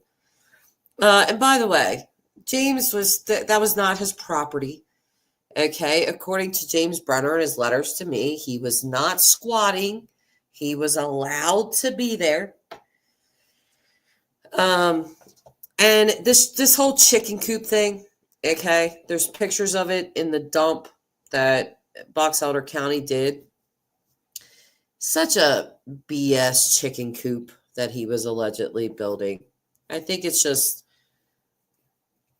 another one of his lies, to be honest. And, after Dylan after James led the FBI to Dylan's body, they put out a statement and they said, that he was so deceptive when they interviewed him. He was extremely deceptive, and he clearly is. You never talked to Kevin. You never talked to friggin' any of them guys that weren't supposed to be in loose end, but because I lived there, I had to have done it. Jim, I want to just clear up a couple of things, and this is just so we're dotting our I's and crossing our T's, right? You had said before, as far as DNA is concerned, all we're going to have it on is going to be the boots and the truck. Is that right? Is there anything else at all that could have your DNA on it that belongs to Dylan? Anything that you can think of? I was in his trailer that day. Okay. On the 28th?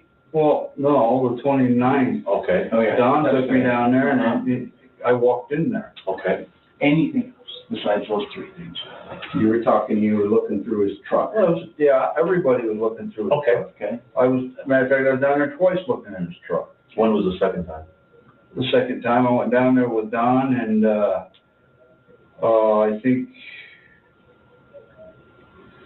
I think Larry. Okay. Okay. All right. Nothing else that you can think of? I was on his, cab over, his white. So this a-hole is peering through Dylan's truck with his grandfather, with Dylan's grandfather, Larry. He went down there. He just sat with Don and Larry. I mean, this is like a crackhead stealing your money and helping you look for it, literally. And I don't want to reduce Dylan's murder to a terrible joke, but it's just, how do you murder someone and then go with their grandfather? Because Dylan was especially close with his grandparents. And you go with his grandfather to look in his truck. I mean, that is balls the size of Texas. Cab over truck. I climbed up on his tractor. What about his phone? What about his phone? Did you ever use it? You ever have it? Would you have handled it at all on the 28th? No. Okay. When on the 28th, besides you, did you personally witness anyone else on your property? No. Besides, obviously yourself, did you witness a single other person on there? And would it be fair to say that you would know if somebody else was on your property, right? No. I had the gate locked. The front, the south gate. Do you lock the north gate as well? Yeah. Okay. Gotcha. Is it the same key? Yeah. Okay. And when you left in your blue truck, did you have anyone with you? Nope. Any other vehicles in the area that you saw? On the property? Not on the property. Okay. And when you're going to the pond, because you go out the back gate, right? And you go to the pond. Did you see anybody on that drive? Did you see anybody at the pond? The pond's fairly small. I think if you... Yeah, never seen anybody at the pond. Okay. What about your... Ooh, that was your chance to finger somebody else, Brenner. Did you see anybody else down there? No. No. Did you see anybody on your property that's not his property? See anybody else on your property on May 28th? Nope. Well, you did. You killed that person, which was Dylan Rounds. Right there. Somebody might have drove by me. I don't pay attention. On that back road to get to the pond? No, on the going to the pond. Well, you go the back way, right? Yeah, but it comes out on the other road. But it doesn't come out. You're not on that road for very long. I mean, you can. No. Okay. When you're at the pond, where exactly? I think maybe you mentioned it earlier. Were you over where you get your drinking water? Yeah. That spout.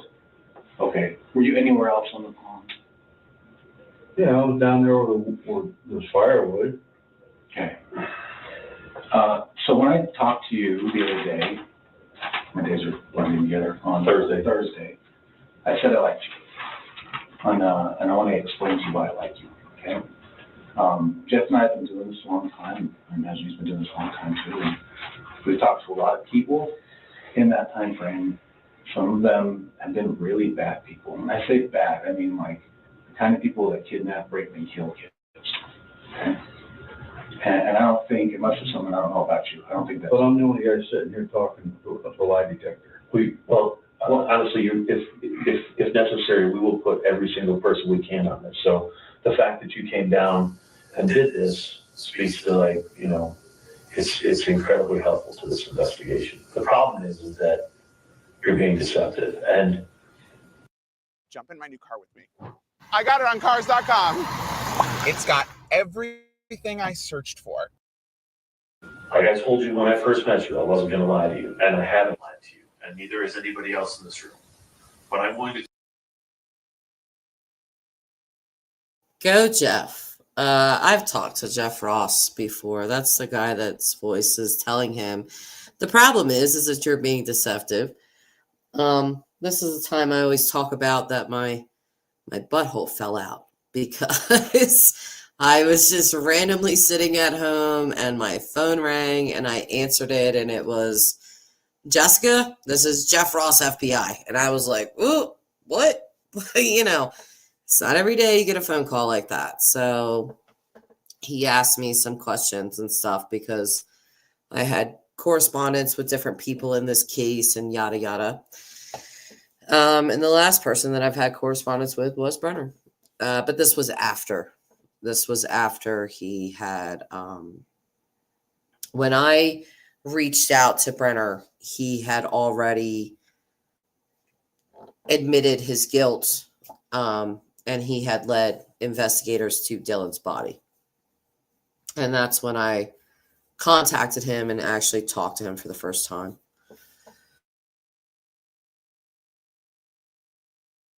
tell you a couple of things, okay? When we talked to you on Thursdays, that we had good information that Dylan was on your property the morning of the 28th from about 6:50 in the morning until about 2:30, 2:40 in the afternoon. And the reason we know that is because he had called you the night before on the 27th, around 6:30, 7 o'clock at night, because, and that was, yeah. And he talked to me? No, it was a missed call. Yeah. It was a missed call. And that kind of goes against your protocol. If you want to get a hold of me, text me, because you don't answer your phone. Right. That's fair. Like you know, typically you don't. So Brenner took no phone calls. He was a you got to text me guy. Incredibly stupid. And I love that for him. I absolutely love that for him. But I've said this in a million live streams. Tech is taking people down left and right, and I love that people don't understand it. And it's nothing against any older generation. I am in my midlife, I'm 43. So I've been dealing with the internet since I was about 16. So most of my life would not consider myself tech savvy. But the older generations who lived a lot longer without tech, they just don't understand things quite as well, which is fine. It's not a big deal. But people like Brenner just don't get that. You know, he had the wherewithal to, I'm going to destroy his phone. I'm going to throw it in the ponds. He accidentally, in my opinion, triggered the camera. It's taking all these pictures of him when he's cleaning the gun that he just murdered Dylan with, blood all over him and stuff. And then he goes and just tosses it in the lucent pond. Not fully understanding that you can clone a phone. You can clone a phone. You can get into an iPhone's cloud. You can get into Google, with an Android. You can get into all that kind of stuff. And people like Brenner think, oh, if I just get rid of it, like it's a weapon, that it's done. Wrong. That stuff is still there. Look at Alec Murdoch. I always bring him up with tech, but he had this elaborate alibi and all of this stuff. And you know what convicted him? A less than a minute Snapchat. And he wasn't even pictured in the Snapchat. It was just his voice. You could hear it in the background. It blew his entire alibi away.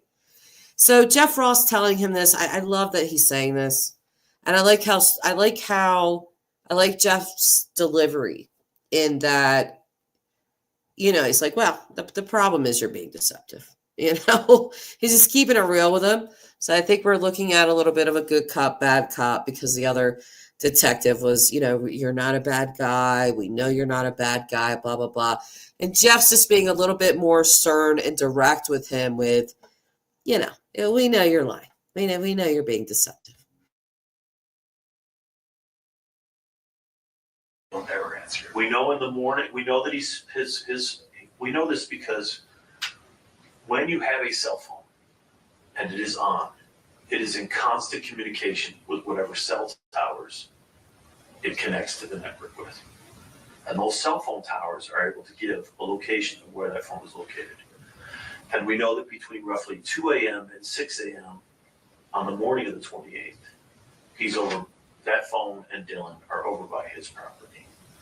We know that he calls your phone at about 6:30 in the morning as he's coming up to your property. 6:27. Probably to ask you to come out and unlock the gate, but because he didn't text and he calls instead, he then more than likely jimmied the gate, which you said he had done anyway. And then we know because his phone is on your property for the better part of the day until about 2:30 in the afternoon. And then we know we can follow the phone, taking the back road out, which is the way that you traveled. There's a roughly 2-minute period of time where that phone is stationary right where that gate is on the back. And then it continues to the lucent ponds. And I want to tell you something. On Saturday, scuba divers located that phone in the pond. And I've got a photograph of it if you think I'm full of shit. I'm not lying to you about anything, man. And first of all, that's the phone, okay? And it was collected on Saturday afternoon out at the lucent ponds, and it was collected from, you can see in this picture right here, there's a guy pointing to where the phone was found. It was about a foot of water. There's the pipe where the water comes from. And we know, based on your own story, and we're going to shore that up too, that's the route of travel that you told us you took at about. God, I love Jeff Ross. Can I just say how much I love Jeff Ross? Jeff Ross, I'll tell you a little personal story. It's not much, but when he called me, because I talked to him a couple of times, but when he called me, I asked some questions, and he wasn't very forthcoming. Of course, he's an FBI agent. It wasn't his job to tell me what the heck was going on. He was asking me questions, but I was asking him a couple of questions, and he was so frustrated. He goes, I go out there every day looking for this, this kid, and I got sand everywhere. There's sand in my pockets. There's dust everywhere. He was so frustrated. He's so frustrated. He's out there in the middle of the desert in the summer looking for Dylan. And he had been doing this when I had spoke to him about a month. So it's different for me to hear Jeff more controlled, but I love how direct he is with Brenner of here's what we got. So if you think I'm a liar, I have some pictures. I just love that he's laying it all out to him. And I can't wait to see Brenner's reaction to how he takes somebody being not aggressive, but just direct.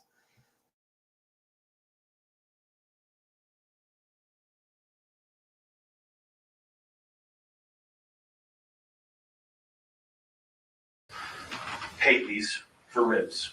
So you're lying to us about Dylan being on your property on the 28th and you saying you're not aware of it. We know that he was on the property.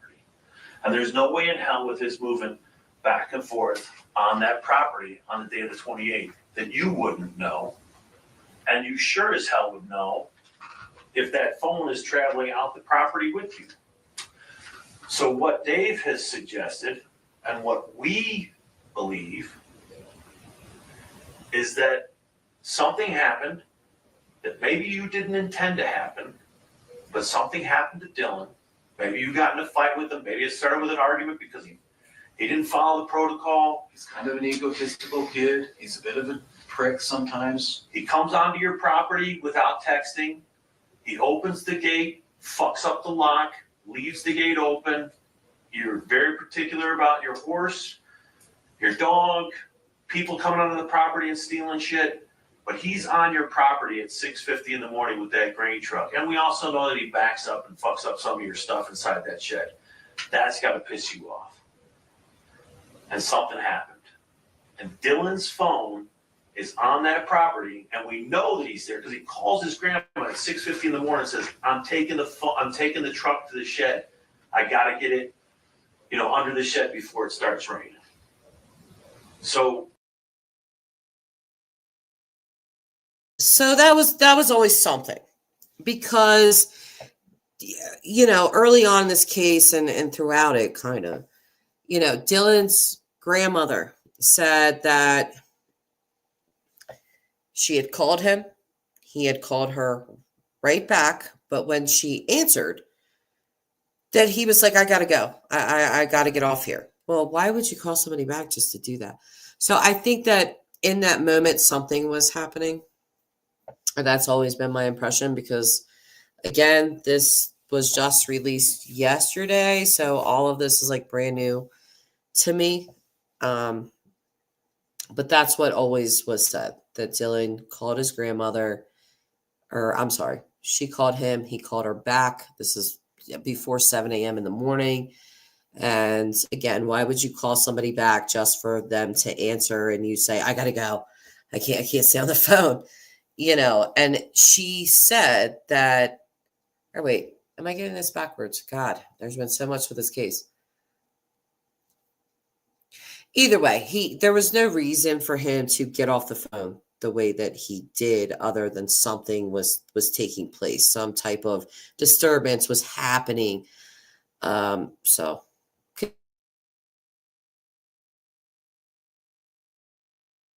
Listen, we understand that you like Dylan. We understand that you respect him. We understand that you also have a temper. And I think your temper took control of you, and something happened that you didn't intend to happen. I don't know what happened, but here's your opportunity to tell the story.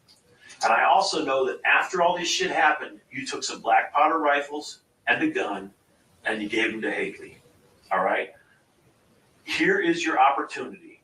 If you care at all for this kid or this family, At least give them the closure they need so they can go and bury their son appropriately. I see tears welling up in your eyes right now. And I'm willing to bet that you can give an explanation, right? You could talk till you're blue in the face if you were a child rapist. Nobody will ever understand or believe you. But someone like this, you could actually give an explanation. You can make some sense of it. I'm going to tell you this too. I've got 5 kids. All right. I know one thing for sure. I'm not leaving here tonight. Why is that? I see it. Listen, whether you're leaving here tonight or not, the question still remains. And I can tell that it bothers you because I can see tears welling up in your eyes. I don't think, listen, he's not lying when he says we've interviewed people who think it's okay to rape kids or to take photographs of toddlers being sexually abused or to do horribly unspeakable things to small children. That is all we do. All the time. Now we're talking about some cocky 19-year-old kid who thinks he's got the world by the balls. And while you have some respect for this kid because he is a hard worker and he's out in probably one of the most desolate parts of the country trying to make his way, he's still a 19-year-old kid who's going to get on your fucking nerves. So something happened. And here's what it comes down to, man. Either you planned or... Number one, once again, I love Jeff Ross's directness. But what you guys are looking at is the grain shed. Okay. This is where Dylan was killed inside of here. This is this kid from the get-go or something. This is Mob Crew's own footage because, like I told you guys from the beginning, really, of Dylan's case, Mob Crew was out there flying drones and all of that stuff. So this is the building that he was killed in. This is the building that all the contention happens with. Dylan had grain. He had a grain truck. He had grain inside the grain truck. He needed to park it inside of that grain shed. And according to Dylan's mother, James Brenner, Jim, did not want him to do that. And you've just listened to him for an extraordinary amount of time tell you all the reasons that he hates Dylan. And you even see James Brenner's horse in this footage. So something happened that you didn't intend, and that kid is somewhere. And I have spent hours and hours and hours talking to the grandmother.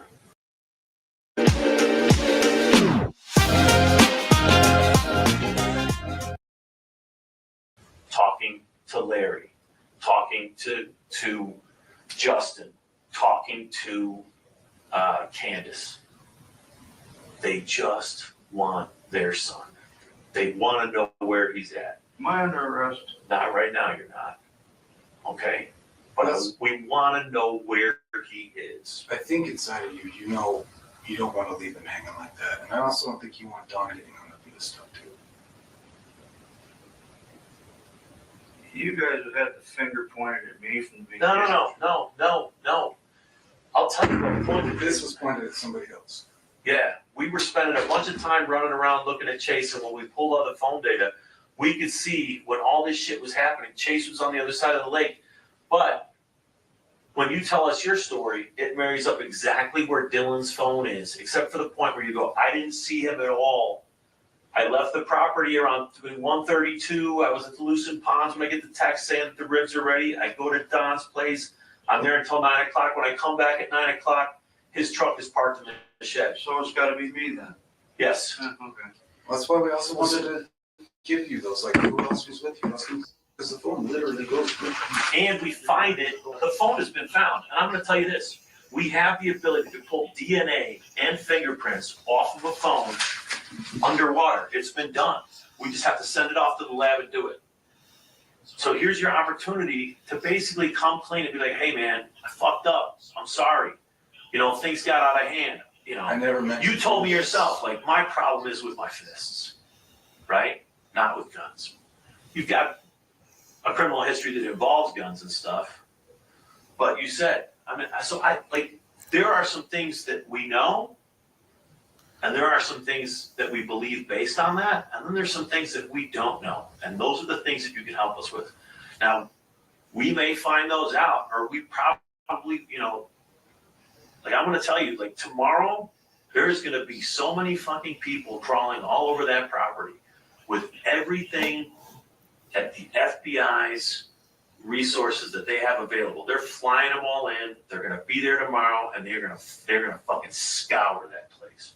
More so than anything you've seen with search and rescue.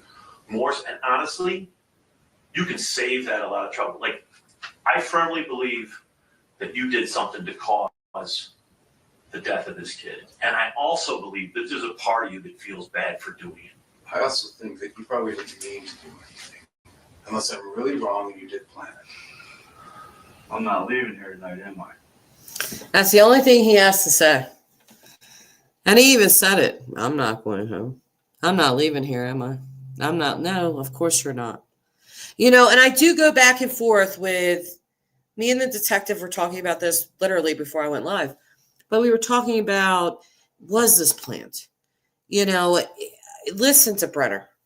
He hated Dylan. Again, there is nothing. He says he's a friend and then just could totally assassinates his character and says all kinds of bad things about him.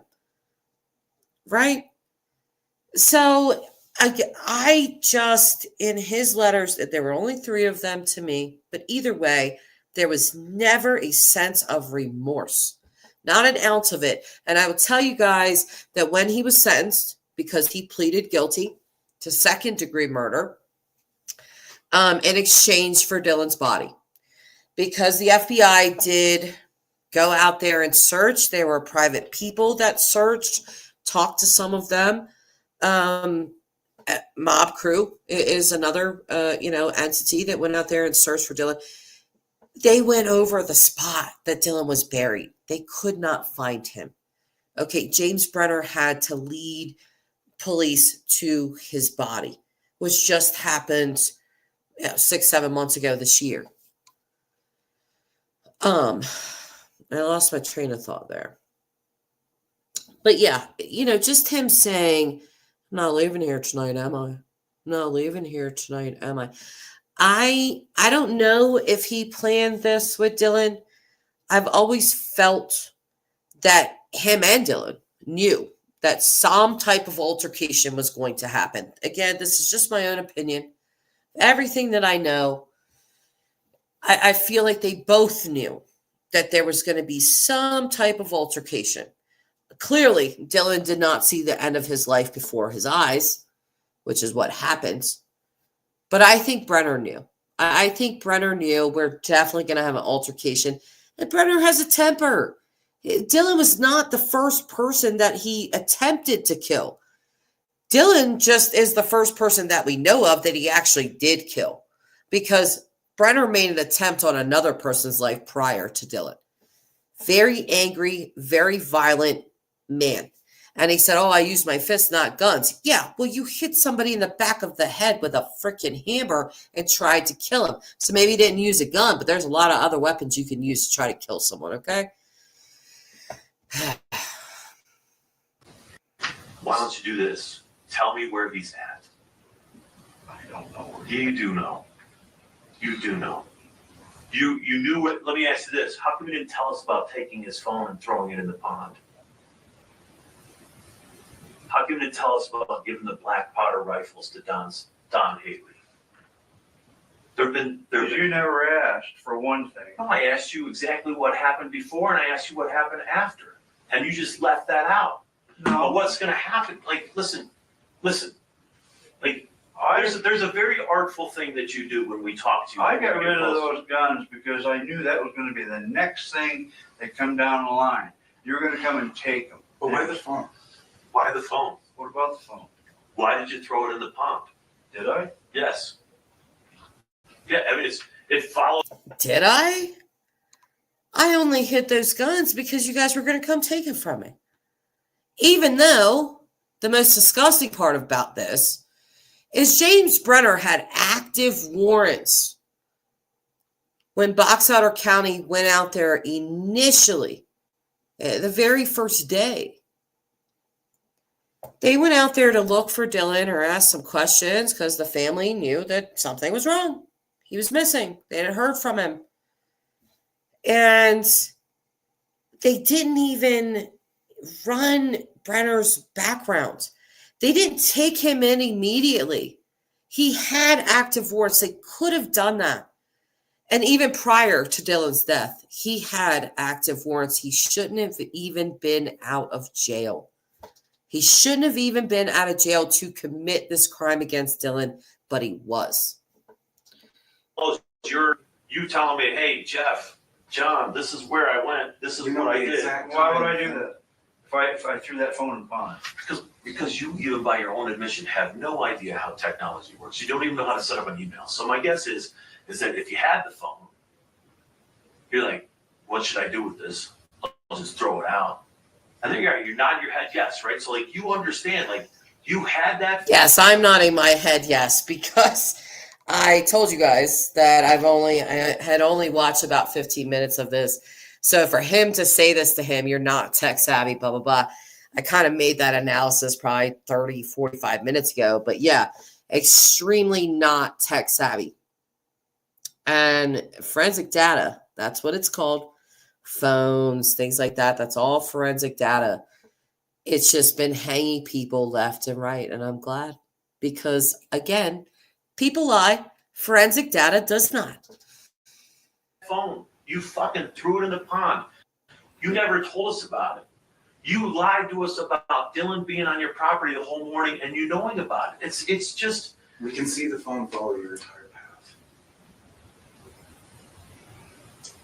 Why'd you throw it? I'm not talking anymore. I'd like to go home or I'd like to get a lawyer or something. I got animals to take care of. This is bullshit. It's not bullshit. It's not bullshit. This is an opportunity. I mean, starting tomorrow when everything comes. When everything starts coming down, this is, you're able to show who you really, you're an honest guy. You didn't mean for this to happen. It's time to tell your story. When they collect all these things. So you want me to cop to this and then I could, get 50 years or? I want you to show who you truly are.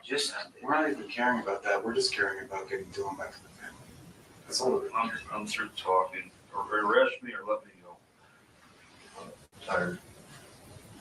I've been fighting you guys for 3 weeks now. Well, We believe everyone deserves to stay connected. That's why Blue Peak built a better internet with faster, more reliable connections and pricing that's affordable to all. Blue Peak, fast, reliable, affordable internet.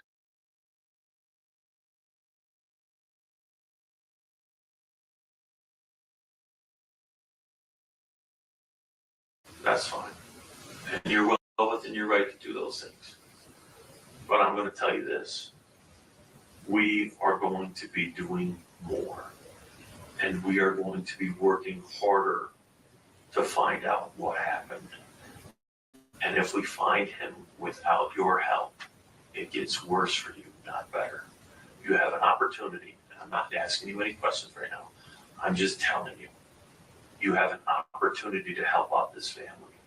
And yes, helping out that family goes against your own self-interest, because telling us where Dylan's body is means you're admitting to doing something to him. And you know you will end up in prison for a long time as a result of that. Okay? That's within your right. You can hold that if you want to. But you're going to look like a total fucking asshole if you take that with you. And it's somebody else's narrative. It's not yours at all. Exactly. No explanation. And I don't listen. Just the killer. I don't think you're a total fucking asshole. I don't. But that's what people are going to think. You had your opportunity to help this family, and you were more concerned for your own skin. And this will, I mean, I have to think, in your mind, you thought, once this happened, a little bit of panic sets in, like, fuck, what did I do? Okay, how am I going to do this? If I make it look like this, maybe they'll just think he walked away, that he took off, that he went and did something. I don't think you expected the response and what happened. And right now, you think it's bad as far as people combing all of your property, your place and all that stuff. It's going to get a lot worse. And you have an opportunity to basically Stop it. You said when we showed up at your house today, you said, I've been kind of stressed out with all the stuff that's been going on. No, that's because you have a conscience. You know what you did was wrong. You feel bad about what happened, and you're trying to find a way out of it. We just told you what the way out of it is. Now, the way out of it is going to put you in prison. There's no doubt about it. But I'm pretty certain you're going to end up there anyway as a result of all the stuff that we're finding out, the result of all the stuff. And so now, you know. Am I under arrest? What if I told you? No. No. Then I want to ride home. Well.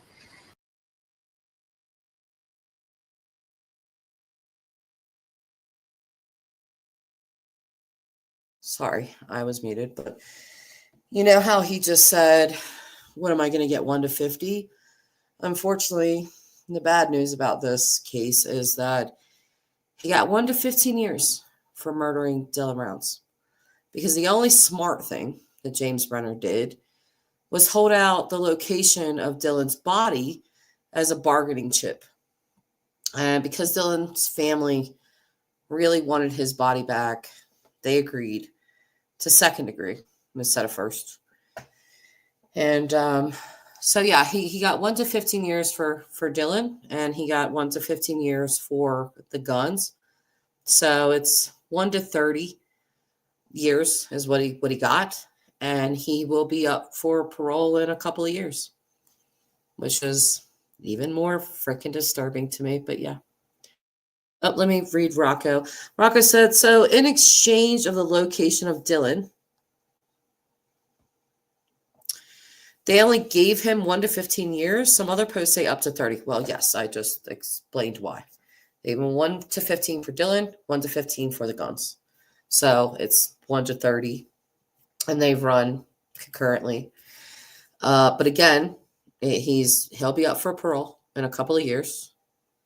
And the judge's recommendation was that he never be paroled out. So the family is hoping that he never gets paroled, which I am too. Why would you parole him? He murdered a 19-year-old, cold blood. So, but that was the judge's recommendation, and I want to finish this.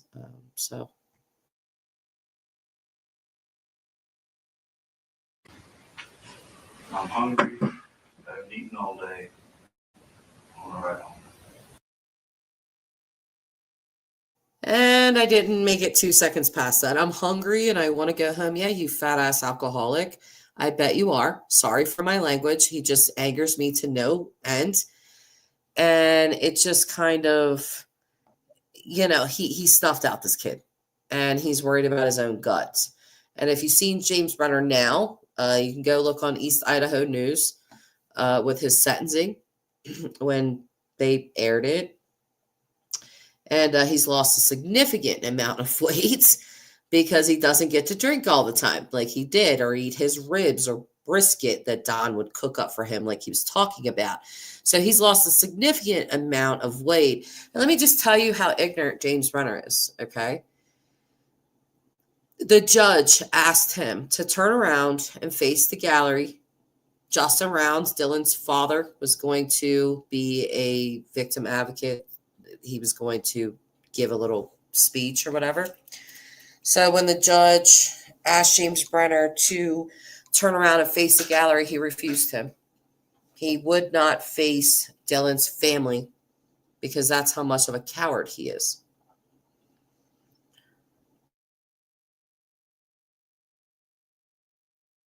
Okay. Would you like something to eat? Yes, I would. What would you like to eat? Something quick, because I want to ride home. Okay. I want to see my dog and my horse and my chickens.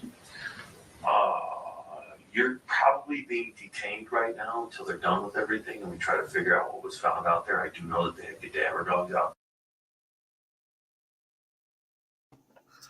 I'm sorry. I can't really contain my laughter when that detective just said, well, you're kind of being detained right now. I want to ride home. I'm hungry. I need a ride home. Well, kind of being detained right now. Love that. Love that for Brenner.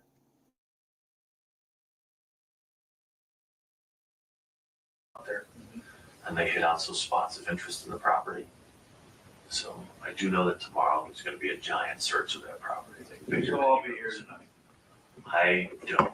I'll tell you too, it's whether or not it's Jim planned this. Jim is a bad guy. Jim didn't care about anybody but himself. Or this is a tragedy. This is a tragedy, and there's still some good that can come out of it. Maybe not for everybody, but something good can come out of it. I either want to go home or I want something to eat. Something to eat. How's that? All right. For those of you that have followed the Wade Wilson case, does this not feel very reminiscent of that? If you guys have not, I've done a couple of live streams with Wade Wilson, but my Wi-Fi was really bad. But either way, Wade Wilson spilled his guts about how he murdered 2 women in cold blood, strangled both of them, ran over one of them until she looked like spaghetti, according to him. And he did that all because he wanted McDonald's.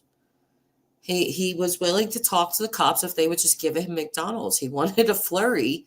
And guess what? He never got a single freaking French fry. Okay.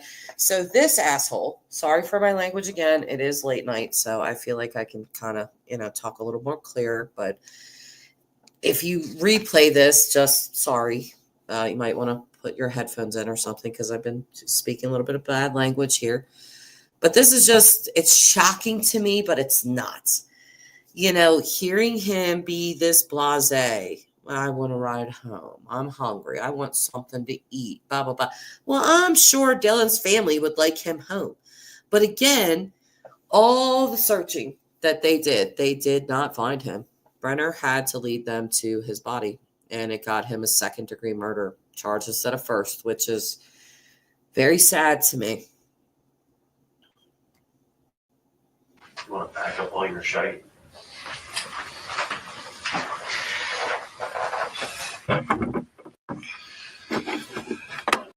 You can't just Miss Hall, inappropriate. What in the name of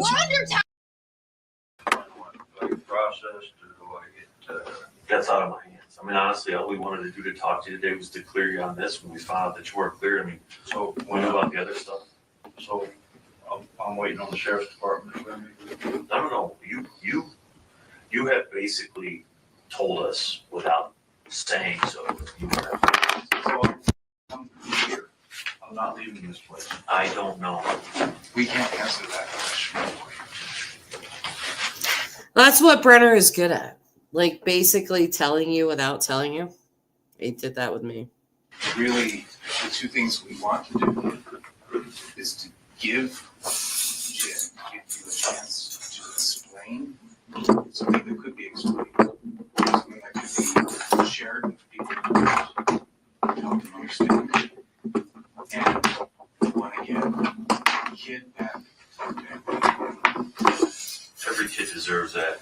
Just for the sake, just for all, if nothing else, just for the sake of decency to the family, to get a kid there. That's our objective. What do you want to eat? There's a Maverick down the road. And I think they got sandwiches and stuff out of the. Have you had anything to eat since you got here? No. Okay. I think they were supposed to grab something for you, but. Some water right now, or? Yes, I'll get you one.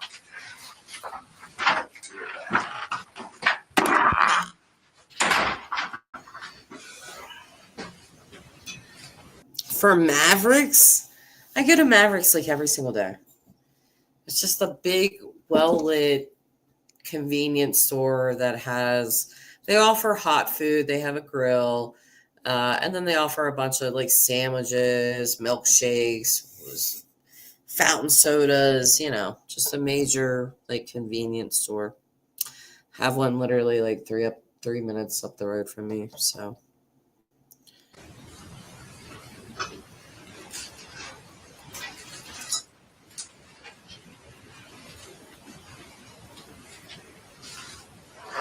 asking you questions, not telling you to do anything. Just hope I'm right. That there's some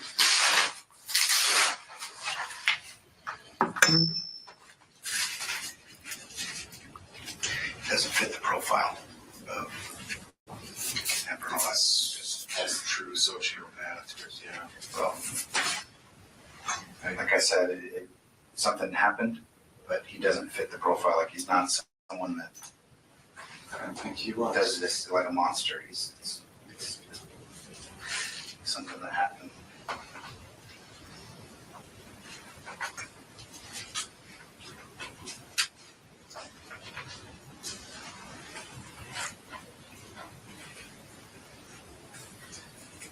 You have food out there for your dog, your golden? Good. Don't worry about dish of food. All right. Dog to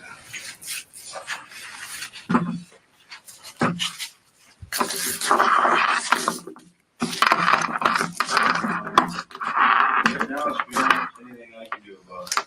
I've been here before, so It's not true.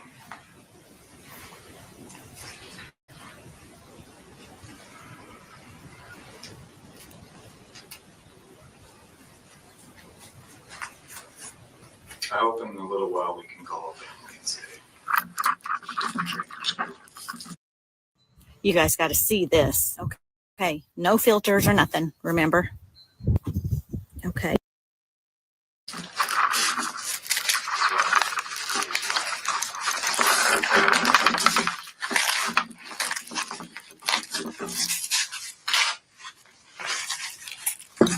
it's tragic.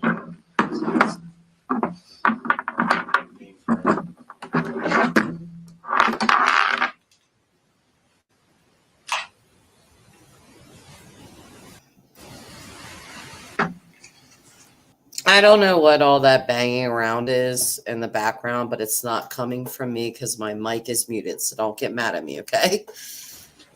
Sorry. You get your sandwich, okay?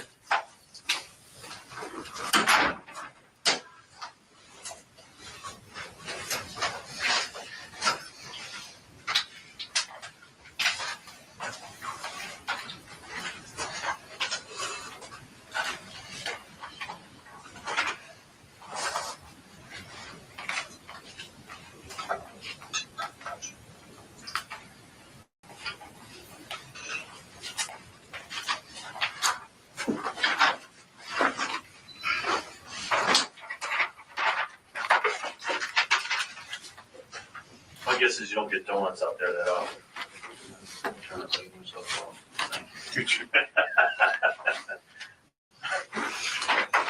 How's that going for you?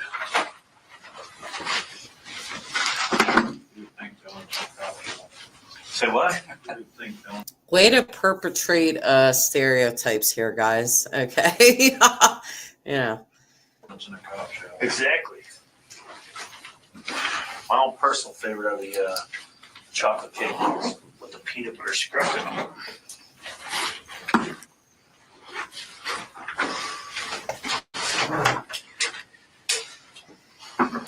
So Brenner's just saying nothing.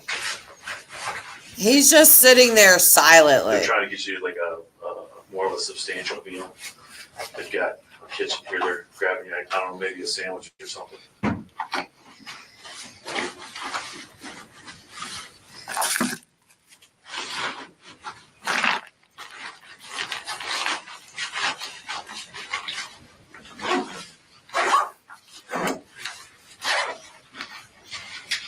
Do you like that bag? Yeah. This thing, I've got one too, man, but you have the newer one. I've got like hundreds of pounds in this. I'm dangling it by this. Not a rip, not a tear on it, man. This thing is bulletproof.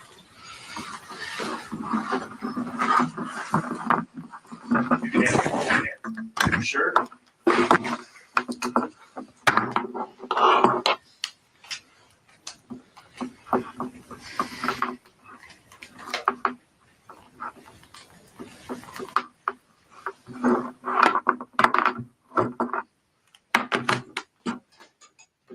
Brenner would be arrested twice in June of 2022. They knew Brenner was the main suspect in Round's murder. They found Round's phone in a nearby pond. It would contain a disturbing scene of Brenner cleaning his gun. An emotional day inside the courtroom. More than 24 of Dylan Round's family members in attendance. Now, after 2 years, his family hoped that James Brenner would finally show some remorse for his actions, but he refused to look at anyone and refused to speak to anyone. James Brenner limps into the courtroom, causing his shackles to make a light jingle sound. I wanted the chance to be able to see if his face was as cold as what everybody else is telling me they see. Candace Cooley, Dylan Round's mom, may never get that chance. Him not turning around tells me it. Spend a lot of time trying to process it because I can't. During the initial search for Dylan, Brenner was an active participant. That I can't wrap my head around it. How could he have been out there searching with us, telling us where he thought Dylan might be, conversing with us? 9 months after Dylan's disappearance, 60-year-old James Brenner was arrested. For over a year, though, he kept Dylan's location a secret until recently, when he was given a plea deal. So today, it's not a big shock to the system because we've been preparing for this since the end of March when we signed the plea deal. By telling investigators where to find Dylan's remains, charges were reduced to second-degree felony murder and 2 counts possession of a firearm by a restricted person. I think we're directly over it now. You want to go check it out, or? It's looking like badger holes.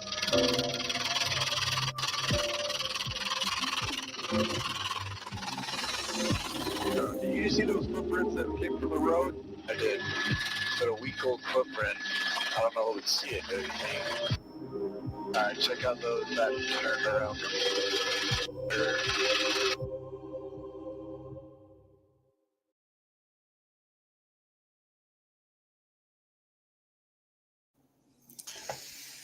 Not gonna lie, that makes me a little emotional. Because that's exactly what he did. You know, he killed Dylan. And, you know, when I looked at his face in court, I could just see the evil justification, entitlement. I almost want to use that word. I feel like Brenner almost felt entitled to take his life. Dylan was so bad. You know, he's an evil man. He's a very, very evil man. And, you know, there's the old saying that babies aren't born evil, they're created. Well, if that's the case with Brenner, he's unwilling, or at least he was with me, to delve into any type of childhood trauma or anything that he's been through. And even if he did experience childhood trauma, a lot of us have, myself included. You don't go snuffing out 19-year-old boys' lives. No matter how cocky they are, no matter what they have that you don't have. Because, you know, listening to that interview, you hear the jealousy, you hear the envy, you hear the hatred, you hear the disdain for Dylan that he had. And for him to hold Dylan's location for that long from his family is disgusting. And I want to be mad at the system, but I do know that Dylan's family agreed to this because they wanted his remains back, and they probably wouldn't have got them back. Dylan's family is under the impression James Brenner is not in good health, that he will not live super long. Rocco said he never offered up why after taking responsibility to you. Yeah, no, he didn't. Nope. No. He said he would tell me more. Because again, I talked to him right before his sentencing. And he said that once he was transferred to prison, that he would tell me what happened that morning. But I've never received that phone call. He has my phone number. I won't lie. I've gotten a couple private numbers that I haven't answered. Maybe I should have, but I don't know that it was him. I can't say that. So Angelo is saying Brenner is just an evil killer, and he ended up where he belongs. Absolutely. Absolutely. And honestly, if Brenner was where he belonged, he wouldn't have even had an opportunity to kill Dylan because he should have been in jail on his warrants already. You know, you're talking a crazy violent guy, a very violent guy that's had gun charges before, tried to kill a human being before, had warrants out, not in jail, out in the middle of nowhere. And he takes this young boy's life, and you see how unremorseful he is. Now, I heard Jeff Ross say, I see the tears welling up in your eyes. And I'll tell you guys this. For a long time, I was told that James Brenner wanted to call the family with no lawyers, that he wanted to talk to them, okay? Because James did know Dylan's family. He wasn't a stranger to them. He had done work for Candace. He knew the grandparents. He knew them. He was not a stranger to this family. So he wanted to call them without lawyers. This is what I had always heard. And what I heard was that they got so upset and so angry with him on the phone that they hung up. And I just, as a lay person, okay, I was mad about that. I was like, why would they hang up on him? That was their one opportunity to find Dylan, But I asked James about that in my letters to him, and he said it was the opposite. He said that and believe what you will, because we just watched this guy live for like almost 2 hours, right? But he said that he did contact them. I believe my memory serves me. Again, the letters are on my Dylan Brown playlist if you want to just see them, because I do put them up on screen from Brenner. But he said that he hung up on them, that they didn't hang up on him. He hung up on them because they were yakking or whatever. But he's so incredibly unremorseful. And to see a guy like this get such a short time for the killing of a young man like this, it's disheartening. It's almost painful to watch. When I was watching that, knowing the outcome, knowing what eventually happens after this interview, it was gut-wrenching, really, and for his family, his family was put through the ringer like every other family that tries to get social media help for their kids. They're always put underneath the brightest light, and there's people that hate them, and they hate the way that they went about things, blah, blah, blah. I've heard all kinds of things behind the scenes about Dylan's family, and I don't say them all. I don't say a lot of it, actually.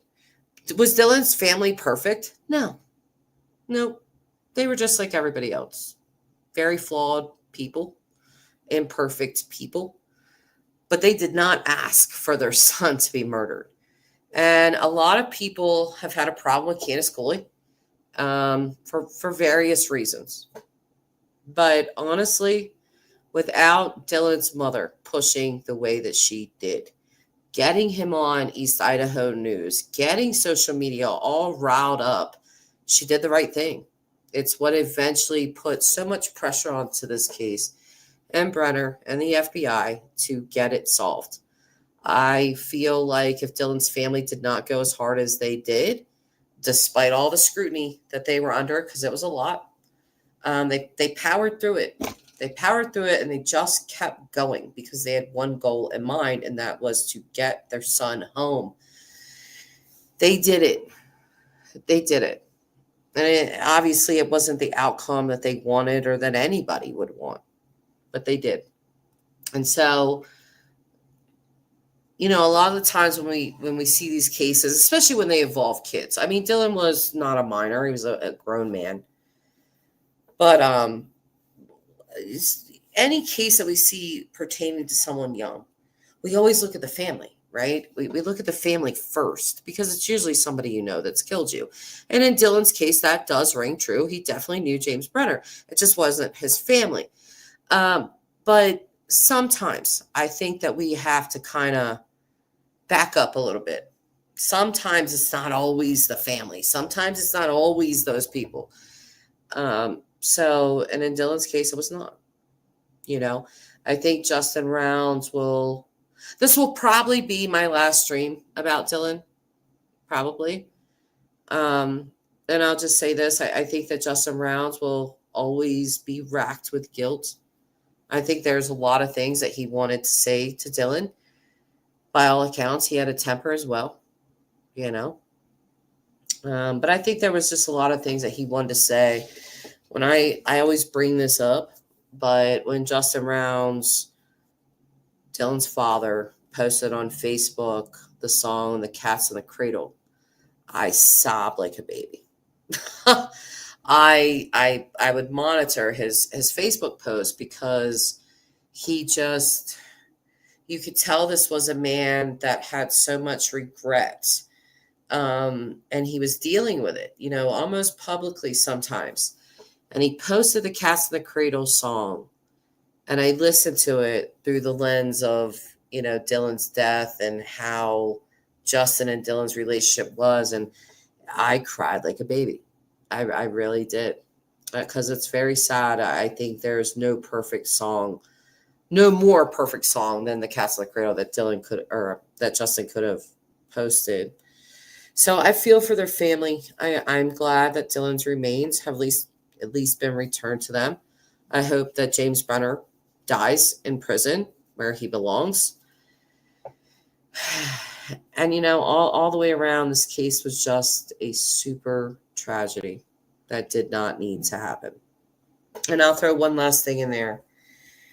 When I get off of here, I'm going to post a link to all of the dump from Dylan's case from Box Elder County. And when you look through those pictures or those files, if you're going to,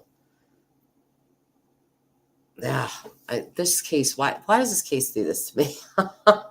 I get choked up. I don't know why. This case is always very emotional for me. For those of you that don't know, the whole reason that I kind of got involved in this case was because he went missing on my birthday. I was just like, oh, yeah, this kid went missing on my birthday. What is up with this? I started reading about it, you know, and then started contacting people that were involved in this case. And it went all the way to the FBI, which I definitely was not expecting, but it did. Angela, you've been covering this case from the beginning. You've worked hard on it, but it's finally done. Great job. Thank you, Angela. I appreciate that. You know, I was having a conversation with somebody the other night, you know, involved in this case, if you want to say, but we were talking about, I said, you know, all the information that was sent to me, like, thank God it wasn't sent to Doug or Salty Pancakes or, you know, those guys that were doing all of the drama with Dylan's case, because the things that I could have released would have been, oh, I would have gotten all the clicks and views and all the money and all the things and all the this and that, but I would have ruined people's reputations and their lives and relationships with each other. And it just, no, I could not do that. So I'm glad it's done. I'm glad Dylan is found.